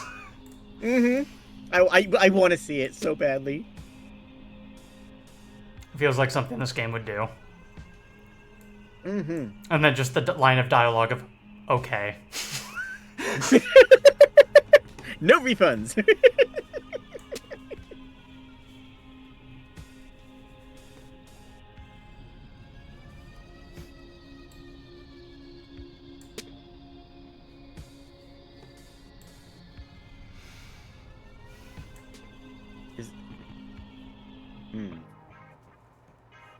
Shoes real estate, right? Yeah. Whoa!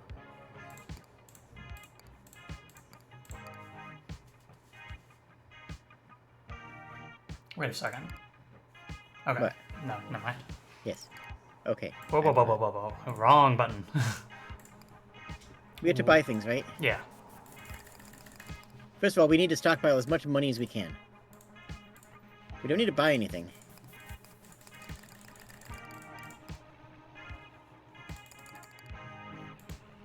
Yeah.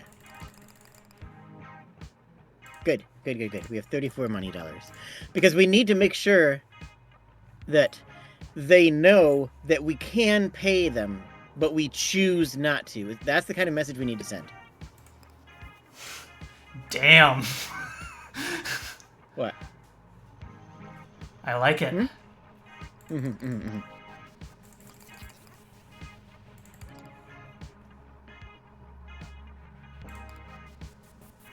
Definitely need more scamps.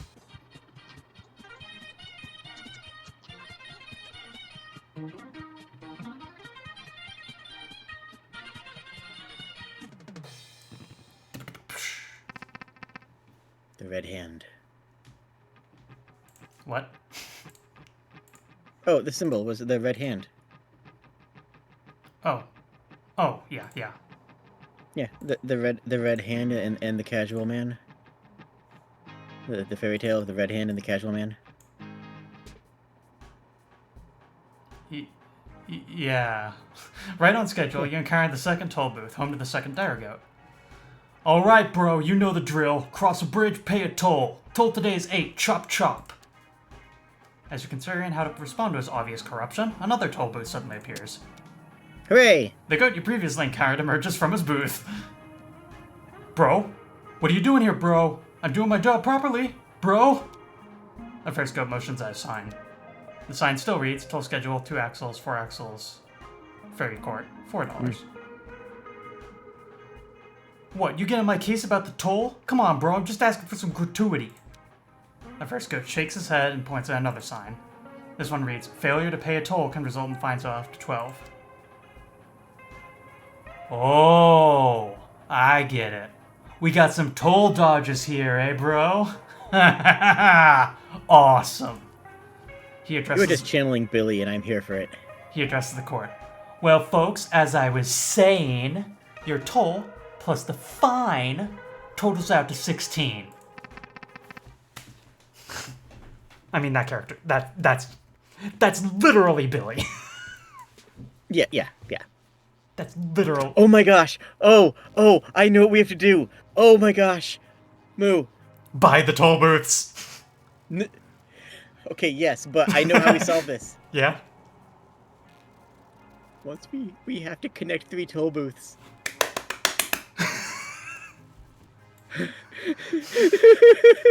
Right?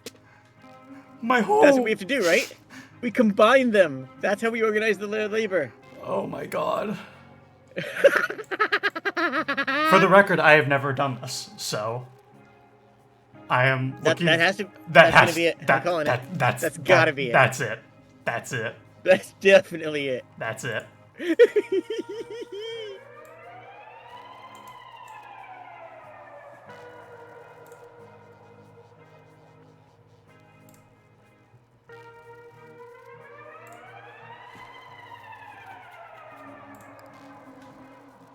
Not a very useful shop. What's the global... The global Wait, broadcast hold on, is... Can you go back to the shop? The global broadcast is transform all rocks into hills. Or... no. All hills into forest. But what's the... So, the one to the left of it is... Okay, it's just shimmy. But the first one, though... This is we could do that. Huh? This is like the shield spell. Yeah, we could do 8 of those. Or we could do 3 of them and see if they go away, because that would be very funny. No, this isn't a struct. This is... Oh, well, never mind. Who cares? Yeah. Actually, wait. Does that still give us a buff beyond our normal, or is that... Like... Yes. Yeah, let's just do it. Why not? It'll keep it, right? It is a card. We have to buy it. So we will need to get rid of something. Oh, it's a card. Okay. That said, both farmers and anglers achieve the same thing of getting us food. There is an overlap and farmers... Yeah, and farmers suck. Yeah. They can't even swim. Whoa there, lady. What part of we're closed during high tide do you not understand? Fair. Right. That's fair. That's Right. fair. That's Right. fair. Right. That's fair. Right. That's fair. Right. That's fair. Right. That's fair. Right. That was a bad move. Oh, dubious that.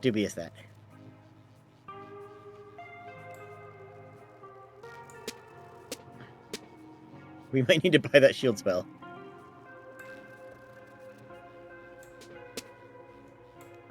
Nope. Okay. Oh, wait, does that solve every single problem that we could ever have, ever? It solves all but one. Just one. Oh, well... Fortunately, we have someone that can shoot Fine. arrows. Yeah. And that solves that problem. It's just like Fire Emblem. That said, I just now thought of one potential issue. If we have a single archer, they might shoot at the goat. Why would they do that? Oh, right.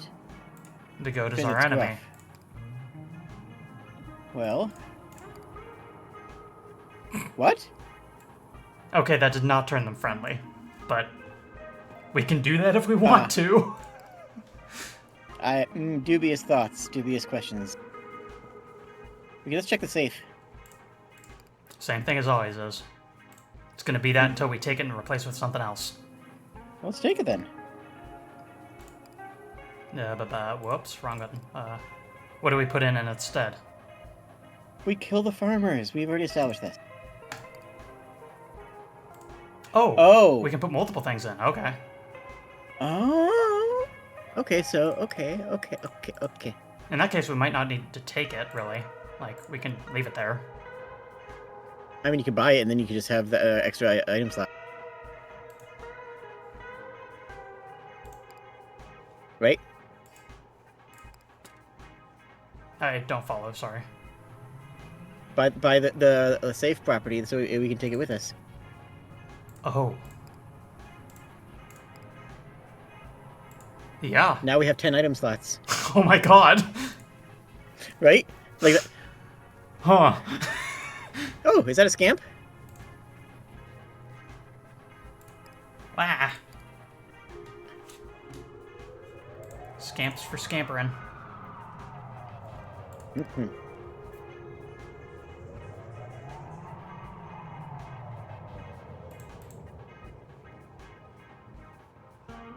Oh, someone gave us an idea that is very, very smart.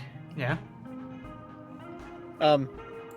If we have the safe and we find the rock to forest spell, that'll make it a lot easier to burn every tile on the map. That's true. Because if we get no water plus with plus rocks, Unfortunately, and we then all lost rocks that shop, so... Yeah, but I'm saying it so we can think about it in the future. Because Yeah, sometimes that is a... sometimes the Sometimes think thoughts planning... have to be the think thoughts that aren't thinks yet. Yeah.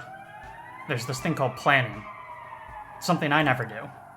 But I've heard of it.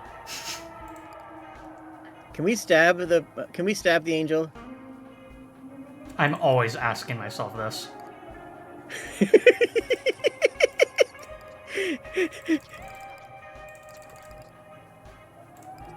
Oh, you're gonna do it. You are gonna do the lady buck person boo out of bamboo do. I think one archer... I don't think you should do that. No archers? No archers, scamps. We stab the angel. Scamp, you're right.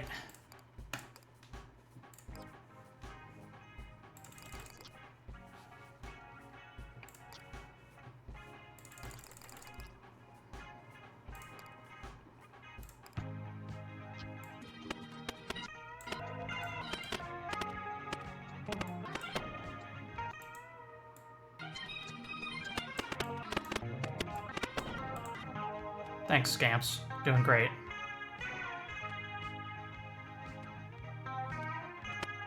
Okay, they can't hit them. They just suck. Yep, they got distracted. I should have sent out more Scamps. Having successfully evaded the toll, the corp begins to drift away from the toll booth. Oh no, bro. Rookie mistake, bro! You're just accruing interest, bro! Meanwhile, the quiet goat points to a calculator, implying that your financial penalties are exceeding the limits of mental arithmetic. Uh-oh. We have to. That's a lot of goats. We need have to hospital. match them. We have to. But we have to match them. We're gonna match the 3 goats, and that'll bring them together, and that's gonna be our labor union.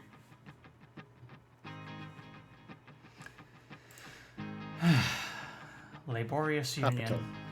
Hospital. Hospital. Hospital.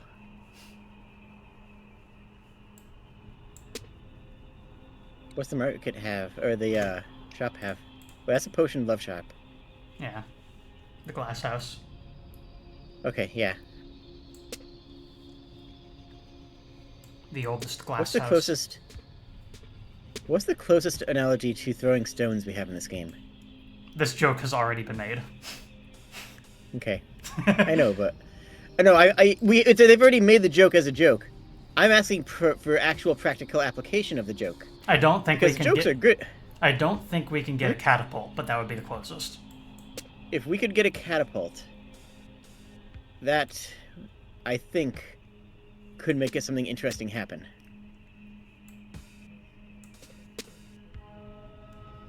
Wow, we really are surrounded by things, aren't we? This looks like a job for 84 scamps. Surely nothing can go wrong if we have 84 scamps. Jesus. Hospital.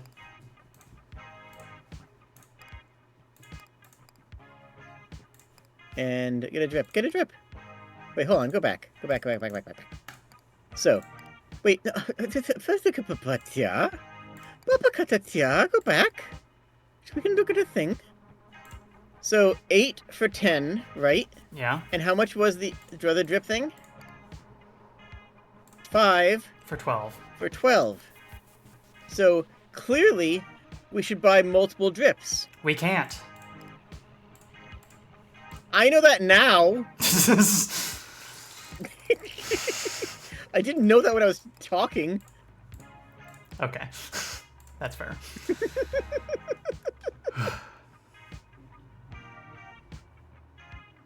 We need to buy the glass house because of potioning is going to be very valuable to us, Yeah. right?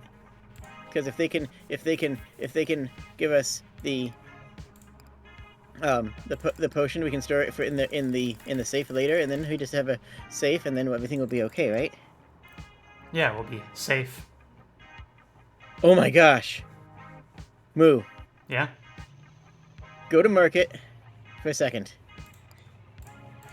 Yeah? Buy a water. Oh, dang it. I was hoping that it was going to proc the IV drip. Alas, it says gather. Gather. Yeah, dang. The market is a transaction and is thus not gathering. Everything I do is a transaction.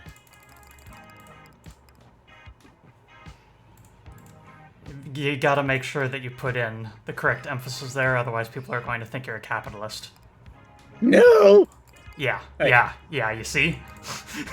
Every little thing that I do is a microtransaction. There you go. There we go. We got there. We got there. Oh, we're scamping it. Macro, We're scamping it. macro transaction. Look at the swarm. Oh my god, the bees! No, don't say bees. Sorry, right. I'm sorry. It's okay.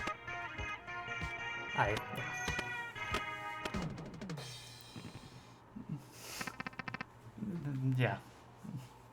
No, it's seeing actual bees that's a problem for me. It's not, hearing the word or seeing bees in video games most of the time. Very few, Just... yeah. Yeah. Rare chests?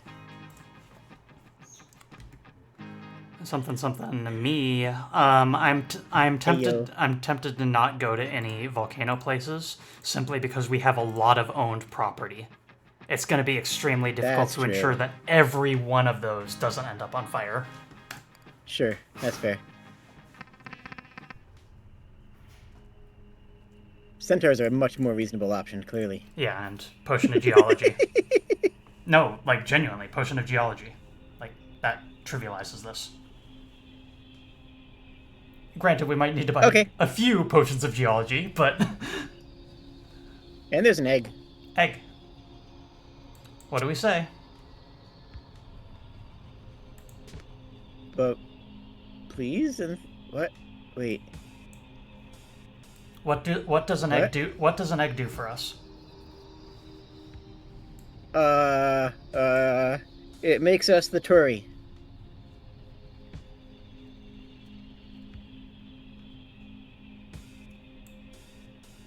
Egg will blank you. The egg has its own will? No. Egg will blank you. What? This is a me thing. Don't worry about it. What?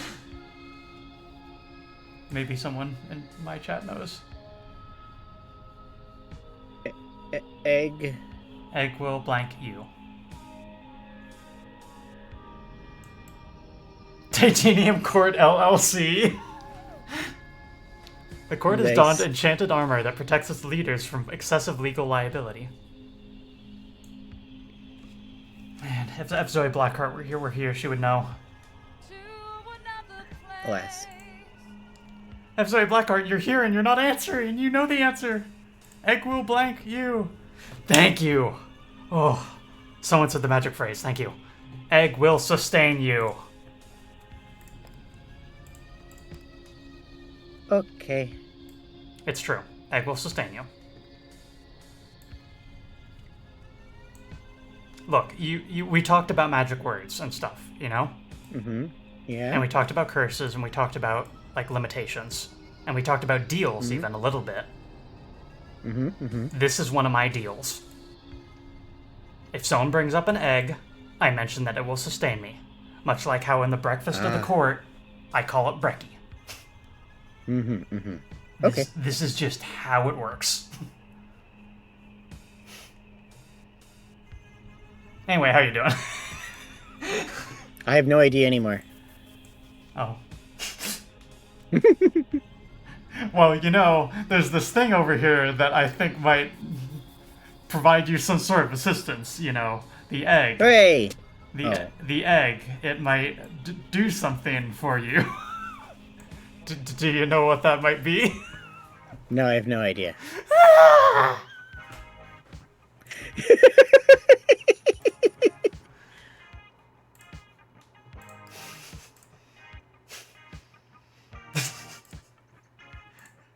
I'm dying. Rip. Help. We don't need soldiers, we have scamps. It's true.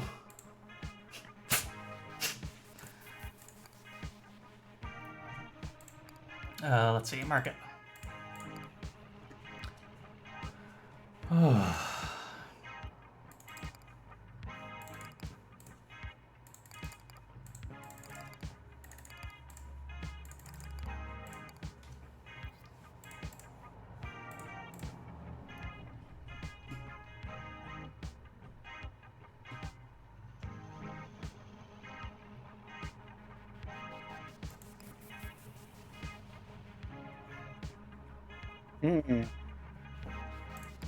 I think we just send out scamps and an archer.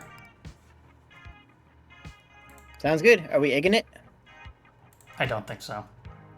I didn't think so either. Yeah, look at that. I think that egg speaks for itself. Then it says, oh dear God, oh dear God, oh dear God. Yep.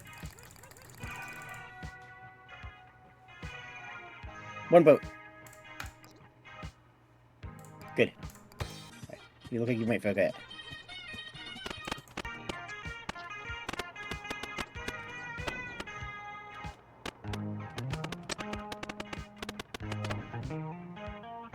See? Easy. We even had eggs.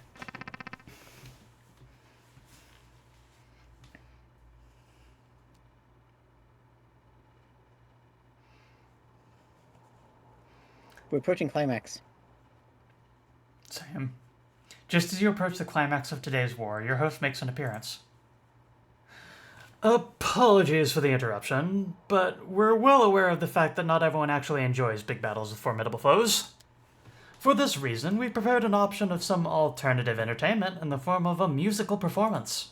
Should you select the alternative entertainment, you will be taken to victory, the same as if you had defeated your current adversary. Either way, the choice is yours. You consider the option for a moment. While the idea of avoiding conflict appeals to you, you do have some business with the Goat brothers. Specifically, you heard a rumor that the 3 dire goats might be reunited. None of them have yet fallen in battle today, so this final confrontation might be your best shot at prompting such a reunion. But, still, the choice is yours. Listen to a musical performance. No.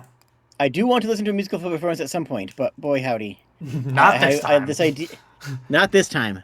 This time we have goats to push together. Yeah, that one. Understood. We wish you the best with your originally scheduled battle. Never go back! Once again, the 3rd dire goat, housed within the 3rd toll booth, awaits your arrival. I bid you... Dude, I bid you welcome again, travelers.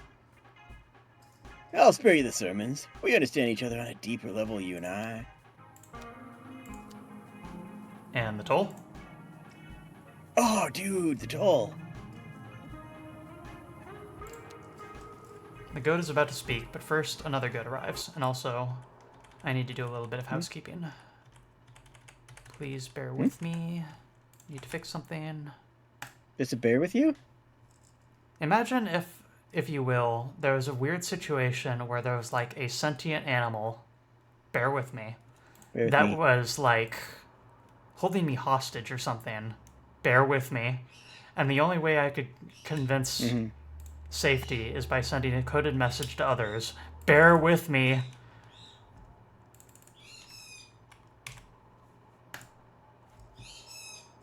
Okay, we're good.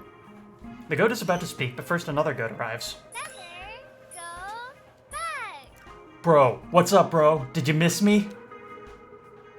Brother, what a blessing to see you, man. How have you been? How you two faring romantically? Bad, bro. I got no game, bro. I see, man. Spiritually? Please don't clip that and take it out of context. If you do clip it, include the context of me saying please don't take that out of context. But not the additional context I just provided there. What? Bad, bro. I got no god, bro. Can I at least assume work's going well? If it were, I wouldn't be here, bro. This job sucks, bro. You know, I also have plenty of grievances to file with our employer. We should discuss this sometime when we're off the clock, man. If that ever happens, bro, keep praying, bro. And then another goat arrives. The silent goat is clearly irritated by this whole situation. Brother, you looking well? How are things at your booth? The other goat does not respond, but does relax a little bit.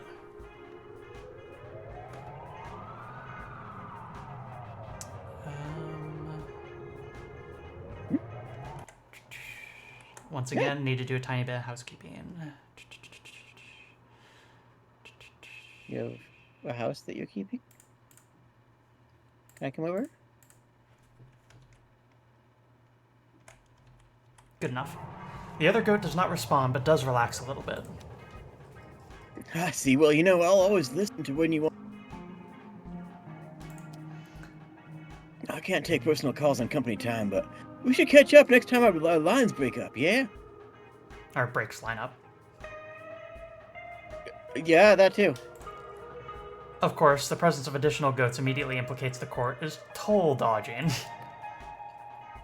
Dude, such a sin's not unforgivable. First, you gotta make things right. Your toll, just to include the penance, is $32. For the sake of, like, your eternal soul or whatever, man, I suggest you pay up.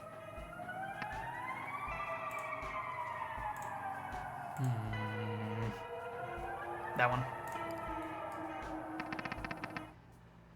Alright, so our goal right now, two of them are on top of each other and we can literally get them touching right now. That's easy, right? Like, they are literally, bam, done. Easy. We must get the other boat over there, though. Boat.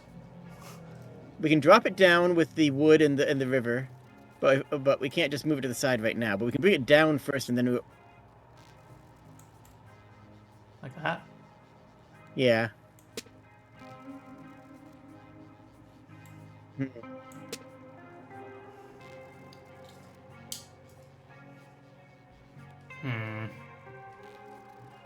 We have the potion shop, right? Yeah, but that moves us, not the goat. We move ourselves... Moves ourselves into twice. Yes. We need $10.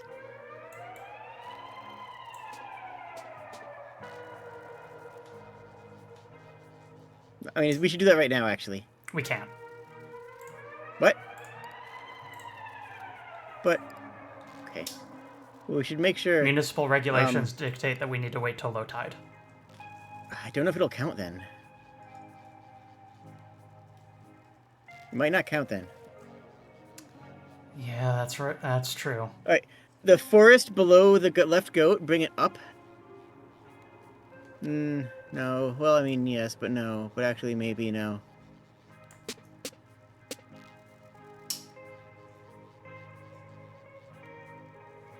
Sorry, Jade. Huh.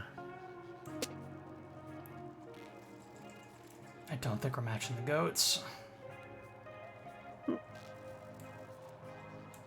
Well, we'll try with the helicopter. Yep.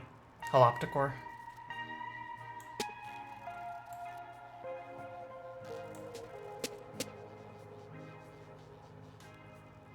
We can't brute force them, right? Move them, make them move. No. Dang. That's definitely the thing we have to do, though.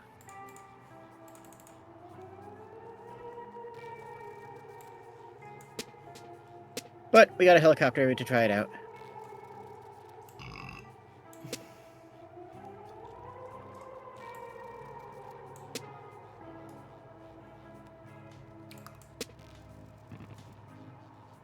Yeah, this solidifies then. Oh, Defamation. Defensive spell. Designate any tile as valid military target. Friends and foes will attack it when near. Great banner. Offensive tool. All your fairies demonstrate improved hustle, guts, and moxie. In an embarrassing turn of events, you're unable to complete that transaction because your hands are currently full. well, it's your Majesty's right and privilege to engage in queenly excess. We need to drop something if you want something else. Okay, so how would you go about doing that? Allow me. When interacting with the shopper chest, simply click on your cards to offer them up for sale. That's the only way to get rid of your cards. You're welcome.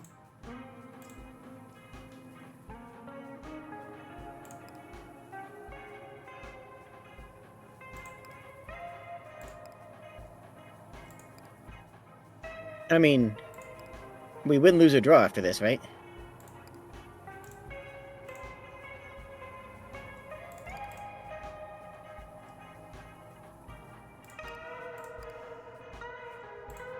Robin has notes on how the defamation spell functions. Right, so here's what my notes say. When we defame a tile, it becomes a valid military target. This means that both of our units and the enemy's units will attack it whenever it's in range. Can we make them stab the ocean? That does not mean they'll go all out of their way to attack it. Don't make that mistake. Last note, while this book can be used to trick separate people into attacking each other, it cannot be used to make someone attack themselves. Our opponents are not that dense, usually. And that's the notes I got. You thank Robin for this information. Alright, we need bread.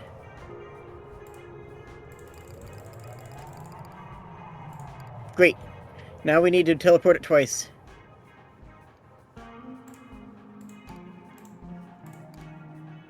Teleport. Now I teleport again.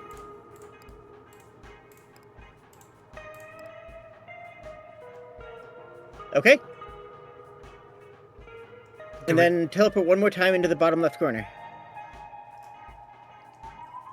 So we're safe. Sure. Now what's going to happen here is they did not link up yet. But Next low tide. Next high tide. next low tide, they'll be together, right? High tide, yeah. Because they'll stay together. In Now theory. we can win. Theories are treacherous things, but yes.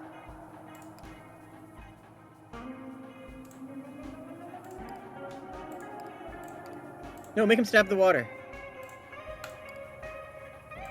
Yeah. That's enough. Get him nice and distracted. Yeah. You have to make him stab the water as an affront to Poseidon. Remember that? Yeah. Hate that guy. Do you know the story? No. Who was it? I didn't know him personally, but, it was one of the emperors. Oh my gosh, they actually do clear it. Oh no. Oh no. Oh no.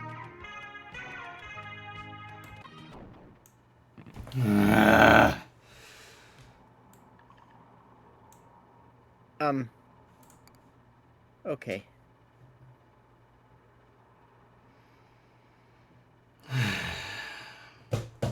You idly wonder just how much time you spent at the court. Has it been hours, days, years? For some reason, part of you thinks it's been precisely 9 hours, 51 minutes, and 25 seconds since your arrival.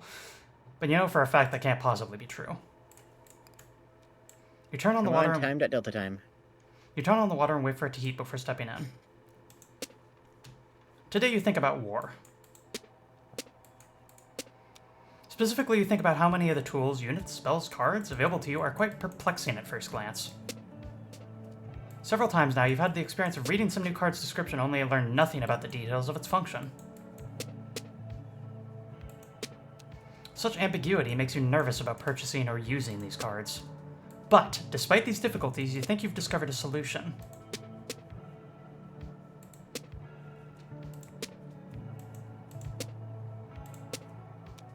See, you've noticed that the undo button is shockingly versatile during low tide.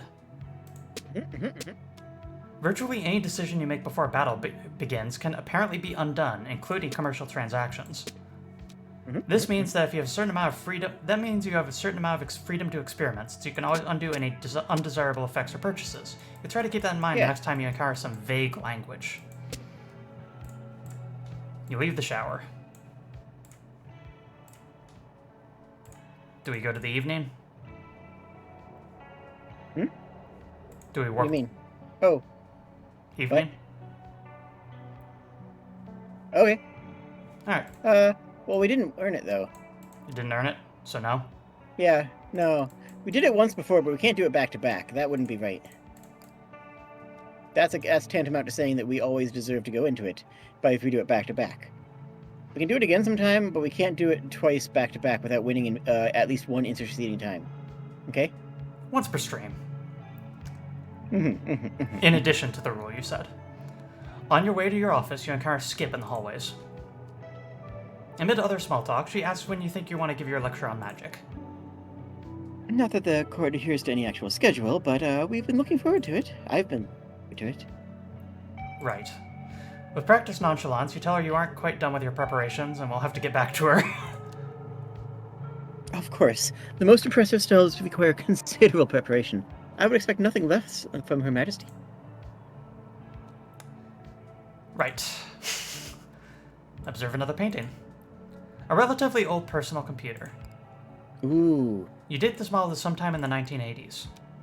You remember using machines like this in your elementary school's computer lab, a place perennially 10 years behind the cutting edge. The two courtiers observing the painting suddenly gasp and motion for you to keep quiet. Your Majesty, please. You may think highly of us, but there is no way we are worthy of knowing your age. No hints, please spare us. Vaguely aware of having committed some sort of faux pas, you proceed to hold your tongue. I'm old.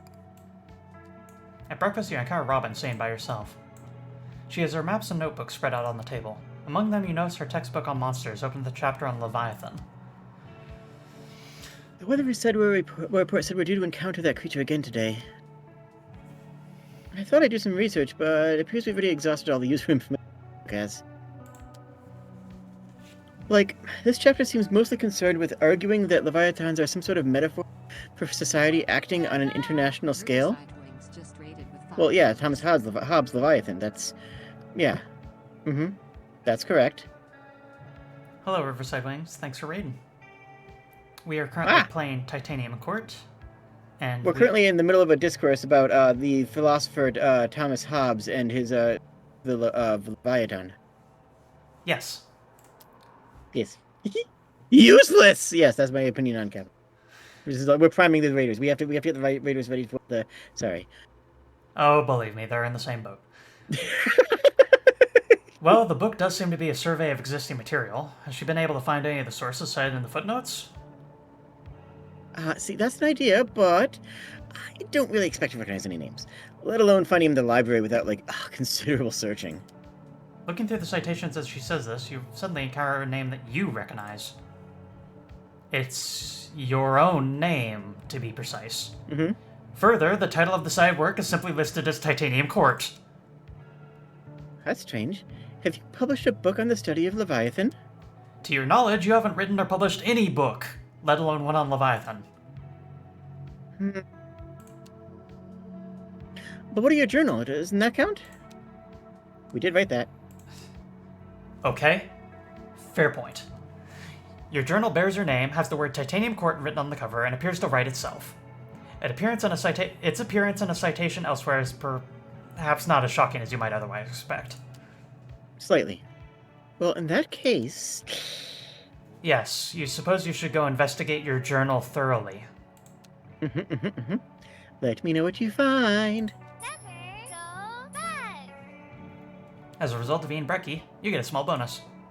10 water. Your journal, huh? Oh. Shall I prepare a lesson? Yeah. You have now made a few attempts at outlining a lesson plan for the lecture on magic you're scheduled to present sometime soon. These attempts have not borne fruit, and the culprit is the simple fact that you understand roughly nothing about magic. Skill issue. Skill. Sorry. Yeah, no, it's true. Our character has a huge skill issue. Robin sits at your desk looking through her notes for any information she might have on magic while you workshop your ideas. The scholars have been extolling Her Majesty's great magical prowess all throughout the court. Do you really understand nothing? Fine, maybe nothing is an exaggeration. There are a few ideas you've picked up on. For instance, many things you would consider mundane, things that such as legal documents or parking tickets, are considered magical by the scholars. Yeah, they bind an effect on a person. But you take issue with this. It means that the concept of magic is too broad. So much detritus falls under its alleged umbrella that magic might as well be a meaningless term. Could this not be the subject of your lecture? Does such a criticism not qualify as a reasonable topic? You sigh. You have a suspicion that giving such a lecture might instigate the total collapse of magic as a concept. Robin laughs. For someone who claims to know so little of the stuff, you're bizarrely confident in your ability to destroy it. She's not wrong, but something still doesn't feel right to you. Oh, her expression changed. It's real good. Here's my actual opinion, Your Majesty. I think you are perfectly capable of delivering a lecture the scholars will cite, and you know it. What frustrates you right now is that you cannot devise a lecture that will satisfy your own curiosity. Yeah, she's basically figured you out. The magic you wish to learn is that magic which eludes your understanding while holding your fascination. It's the magic puck used to transmute the feasting hall into your office. It's the magic hop used to bisect the table with the stroke of the pen. It's the magic skip used to erase both of those events from the official record.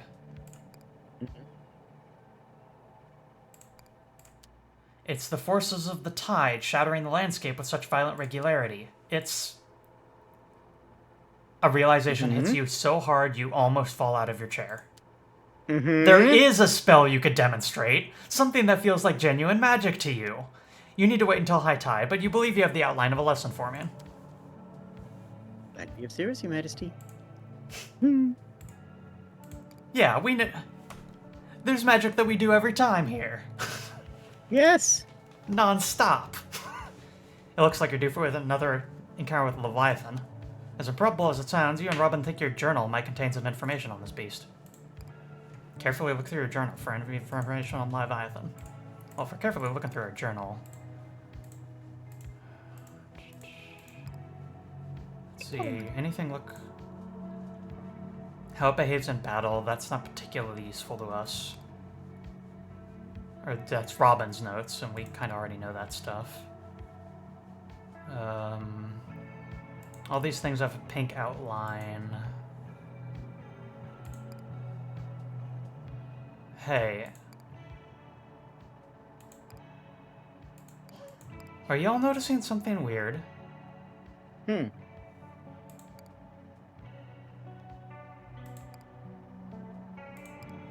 There are two things here that are inconsistent.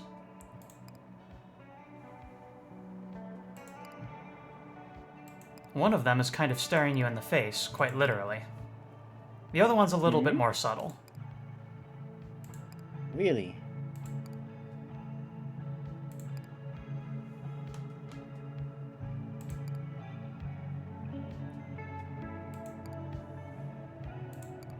I'm not seeing it. One of these looks a little bit different than the others. Which one? The upper left. How so? The underline is a different color. Everything is Well, underlined. yeah, but it's a television. Of course that the underline is a different color. It's a television. That's how televisions work. In So that they case, create lines of color. They create lines of color, right? It Okay. created a line of color. well then explain this one. I assumed every time we've looked at this, I've assumed that we were not going to talk about that one. I thought that was a conscious effort on both of our parts not to acknowledge whatever the hell that is. While it may be a conscious effort on our part to not acknowledge it, our courtiers have forced the matter upon us, haven't they? Ugh. The courtiers have told us, hey, something's weird about your journal, go look at it. Fine, we can look at the giant one-eyed time cyclops. That's odd. You don't recall the events described in this entry. You see it, right? It's a cyclops, except the eye is a clock. There's a clock, yeah. Yeah. While idly flipping through the pages of your journal, you come upon an entry that you have no recollection of experiencing. Even stranger, the entry is unmistakably written in your hand and uses many of your personal shorthands and preferred phrases. Pour over the mysterious entry in detail. This might take a while. I think we do that next episode. Fine, we can watch TV. You admit you might not have the time to investigate at this exact moment. A few lines into this entry, and you suddenly realize you've been reading the same sentence for the past few minutes. You try again. That's how TV works. A few lines into the entry, and you suddenly realize you've been rereading the same sentence for the past few minutes. You shake your head. That's how TV works. And make another attempt. So far, so good. Why are you so distracted today? A few lines into this entry. That's how TV works. You suddenly realize you've been rereading the same sentence for the past few minutes. Okay, this is TV works. Starting to get annoying. It's as if this text in your journal is genuinely trying to elude you. You could just give up. The memory probably isn't that important. But no, come on. If there's one thing you've proven yourself able to do, it's read. After an immense amount of concentration, you finally piece together the events as described by your journal. With the full picture in front of you, this memory, missing until now, snaps into place with all the grace of a soda machine dispensing a can. Here it is. I love that. You've taken note of the fact that the quartz chapel contains a television at the pulpit. Uh-huh. It doesn't surprise you to learn that the television is in good working order and capable of picking up a variety of signals. After all, the plumbing... Hold on. Sorry, I just have a commentary here. The church TV. It's okay. Well, what gives something power? Its shape and its meaning and its interpretation on first glance? So partially, yes. But also, the amount of time spent staring at it and feeding your own energy into it. It's not that different from some of the Shinto stuff that you covered over back in the time. We have two separate arguments or two separate answers in my chat here. Dusk to Umbreon says cables, specifically power cables. Okay. And Conley says your attention. Conley, I would say, is correct. It's our attention to a shrine, our attention to a church figure, our attention to a loved one, our attention to an object that we highly value and treasure. It's that attention, love, and respect and detail that gives an object power. It infuses its power because you're also giving it control of us by allowing our own attention to focus on it. If you focus on a tree all day long, you are feeding your attention and intention into that tree. Yeah. You have made that tree important by focusing on it. Bingo. You get it. You've made that tree important by focusing on it. That tree had no meaning until now, but now that you are completely and utterly fixated by it, spending day in and day out, you have made that tree something massively important to you. You have infused a magic into that tree. Right? Right. The television. Which I just want to say, with its multiple channels. Yeah. I'm going to shotgun this at chat right now. Delete her number. All right.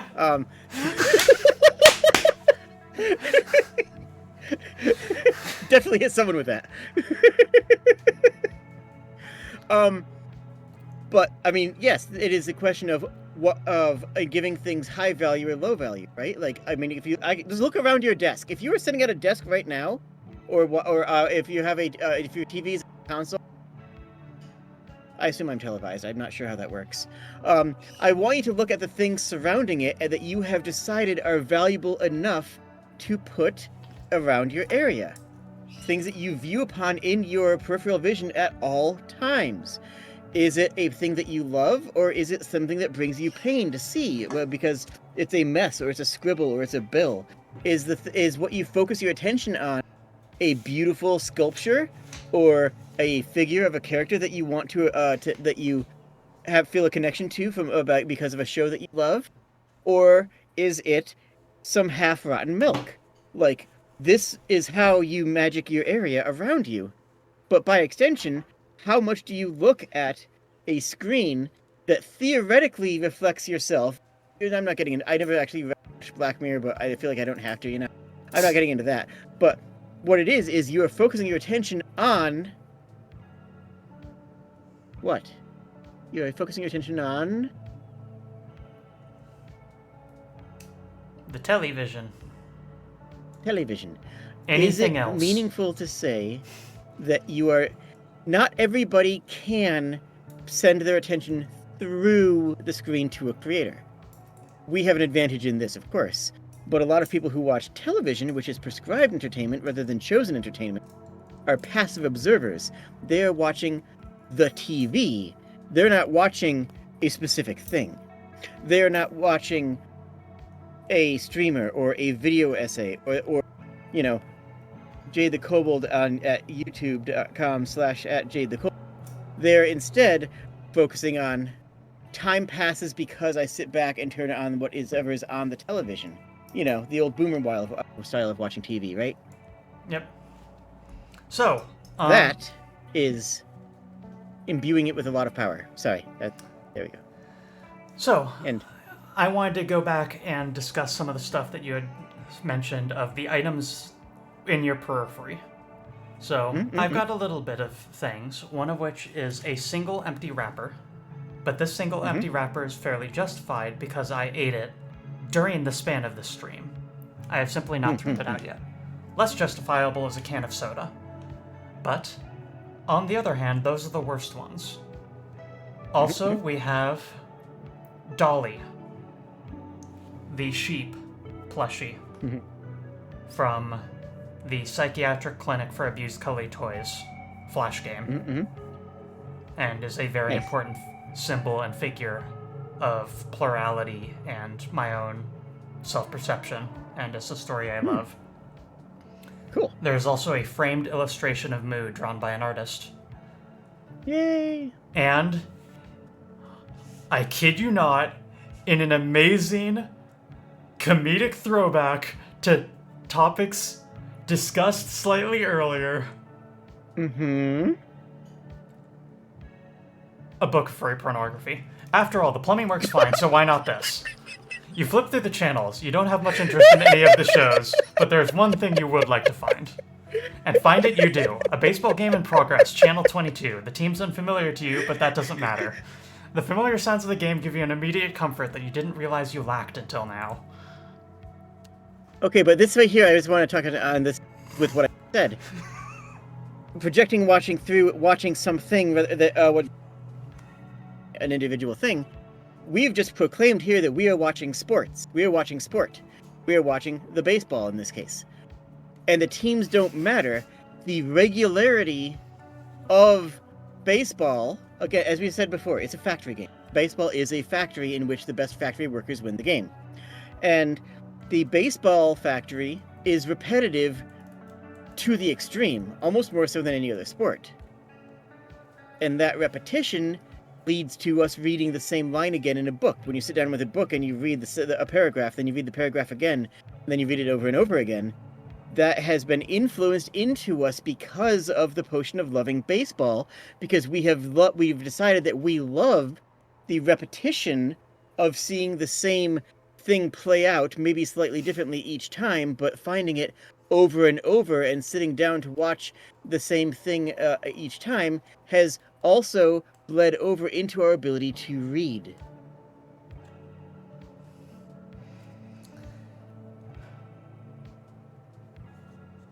Offline AMA gift by Glowpossum.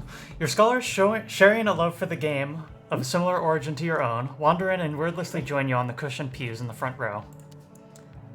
If we ignore the streaming stuff, which is omnipresent and also indicative of, well, exactly the problem that we're describing, I have a Kuromi figure. I have a ceramic Koki that which is a frog. I have the Adventure Time Miku. I have some, I'm gonna say, sculptures. I have a fire maker, and the rest of the stuff is the fact that I'm in a tin, so my clothes. You're cutting out. And the rest of the stuff is the fact that I'm in a closet and my clothes are in here. Ah, yes. And then I forgot to mention I also have a training butterfly knife, so bladeless. But... Oh, fun. Oh, what? What? What? No. Move. Yeah? Move. Get a regular butterfly knife. Not like a super sharp one, but it has to have an edge. Because that's how you learn. You learn the muscle memory by cutting yourself.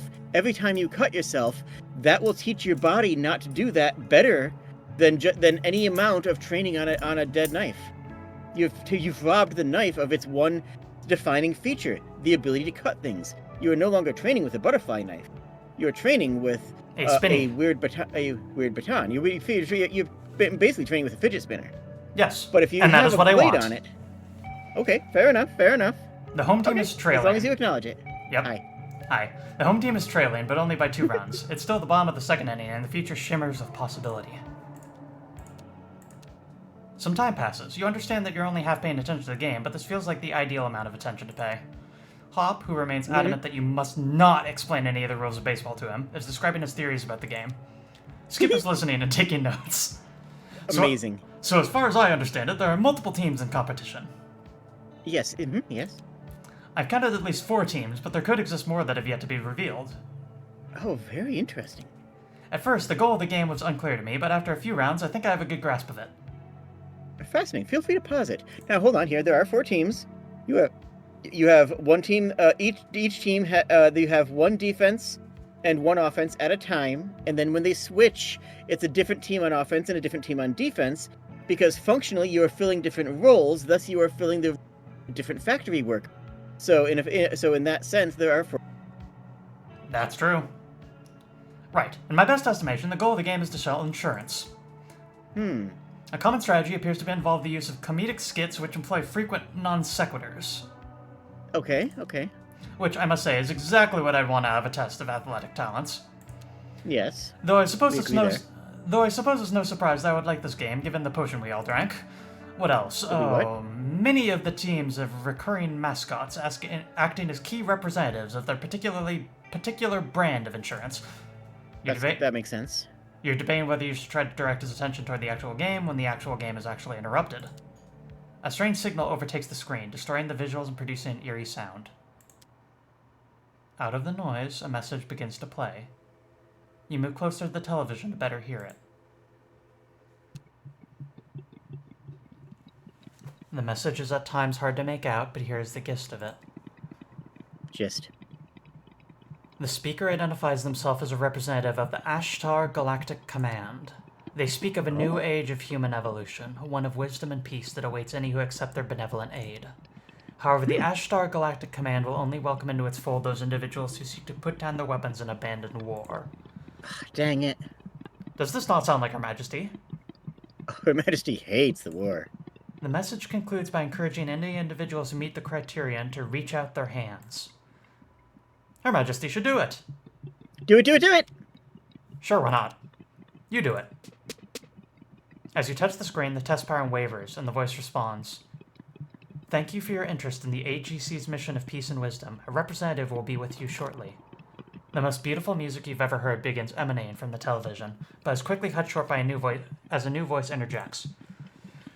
This is the voice of Rillen, representative of the Ashtar Galactic Command, speaking to you. One moment while I pull up your file.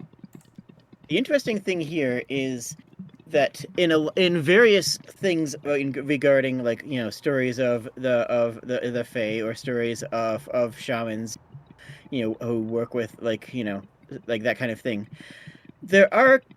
I occasionally hear people comment on quote unquote aliens, which is interesting because that is not the same belief pattern. That is not the same set of ideals, and yet it is something clearly described by multiple people who see it, but again, as we said earlier, they're seeing the facets of their own interpretation of what they're seeing. They see something and their brain translates it to alien. I think the much better term for this is outsider. It's a creature that is outside of whatever it is that we are in, whatever you want to call it as such. So having having these voice of outsiders here, they're taking a pretty common tack of describing them as literal aliens. Also, fun fact, the other day, one of my friends who is wait, never mind. I see. You appear to be enmeshed in an ancient conflict among orthogonal entities on the planet you call Earth. Is that their way of saying you're trapped in a magical fairy war? One moment while my translator catches up. I see. The answer to your query is yes. These sorts of fairy conflicts are very common, and due to their highly allegorical nature, nearly inescapable. But here's some good news. The AGC has both the resources and the will to establish a lasting and prosperous peace, even in situations such as yours. To achieve this peace, however, we must first deploy a peace-building team to your proximate area. That's terrifying. This will take about 22,222 of your solar orbits. Okay. After all, we are very far away. But worry not, we will maintain frequent communication. For instance, I will contact you next with an updated ETA in about 222 of your solar orbits. Please look forward to it. Until then, Yay. we of the Ashtar Galactic Command thank you for your attention. Just as abruptly as it started, the signal fades. As the interruption subsides and the television returns to the game, your scholars offer you congratulations. You're a bit perplexed. What are they congratulating you for? Is it not obvious? For ending the war! Yes, we understood this to be one of Her Majesty's great objectives, and now she has seen it through. You think that might be getting their hopes up. Even if you were to believe every word that came out of the television, the war will not end until 22,000 years from now. Time doesn't exist. Yet you have Time guaranteed doesn't that exist here. Sorry. Yet you have guaranteed that it will end. For an immortal war, that is an incredible feat. Yeah, if it's ending the fairy war is pretty much impossible. And yet Her Majesty has summoned a machine god who promises to do just that. Probably one of the only methods I can even imagine working, really. Yeah! Nice. You know what that symbol means? Curse of war is lifted. A curse is lifted. 22,222 years from this day, the Queen of Titanium Court did unburden her people of the curse of war, and there was jubilation.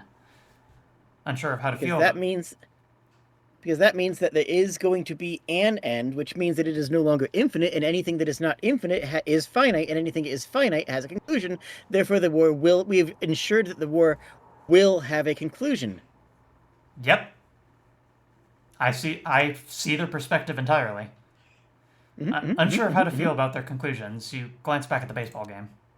2 innings have passed, but the score remains the same. That's the gist of what happened. Yes. Are you finally satisfied? Much. I am satisfied too, and that's why I'm going to call it here. Yay! Thank you, This was Jade, fun. I had fun. for joining me on this wacky adventure. And I don't know, next time we might take a look at the thing that I refuse to acknowledge. It requires acknowledging it, so we'll talk about it. We'll talk about it. But wait, that acknowledges it too. Dang it! Oh wait, what can we do? The thing is, we'll figure it out. The thing is one of my chat members pointed out first. I didn't bring it up until a chat member said the weird skull. And so the onus is no longer on us. Oh. Next time we might be able to reunite the goats. Here's hoping. Goats.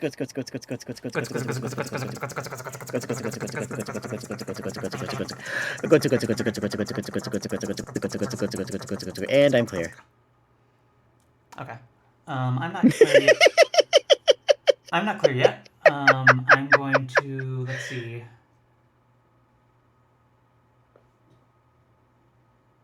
Vorpal Scales is currently playing Crow Country. Ooh, good choice. Good choice. It looks like they just got raided. Again? Yeah. My avatar broke for a moment, huh? This was fun. I had fun. Yeah, I'm having fun. You're fun. Yeah. Thank you, viewers, and to another place. Whee!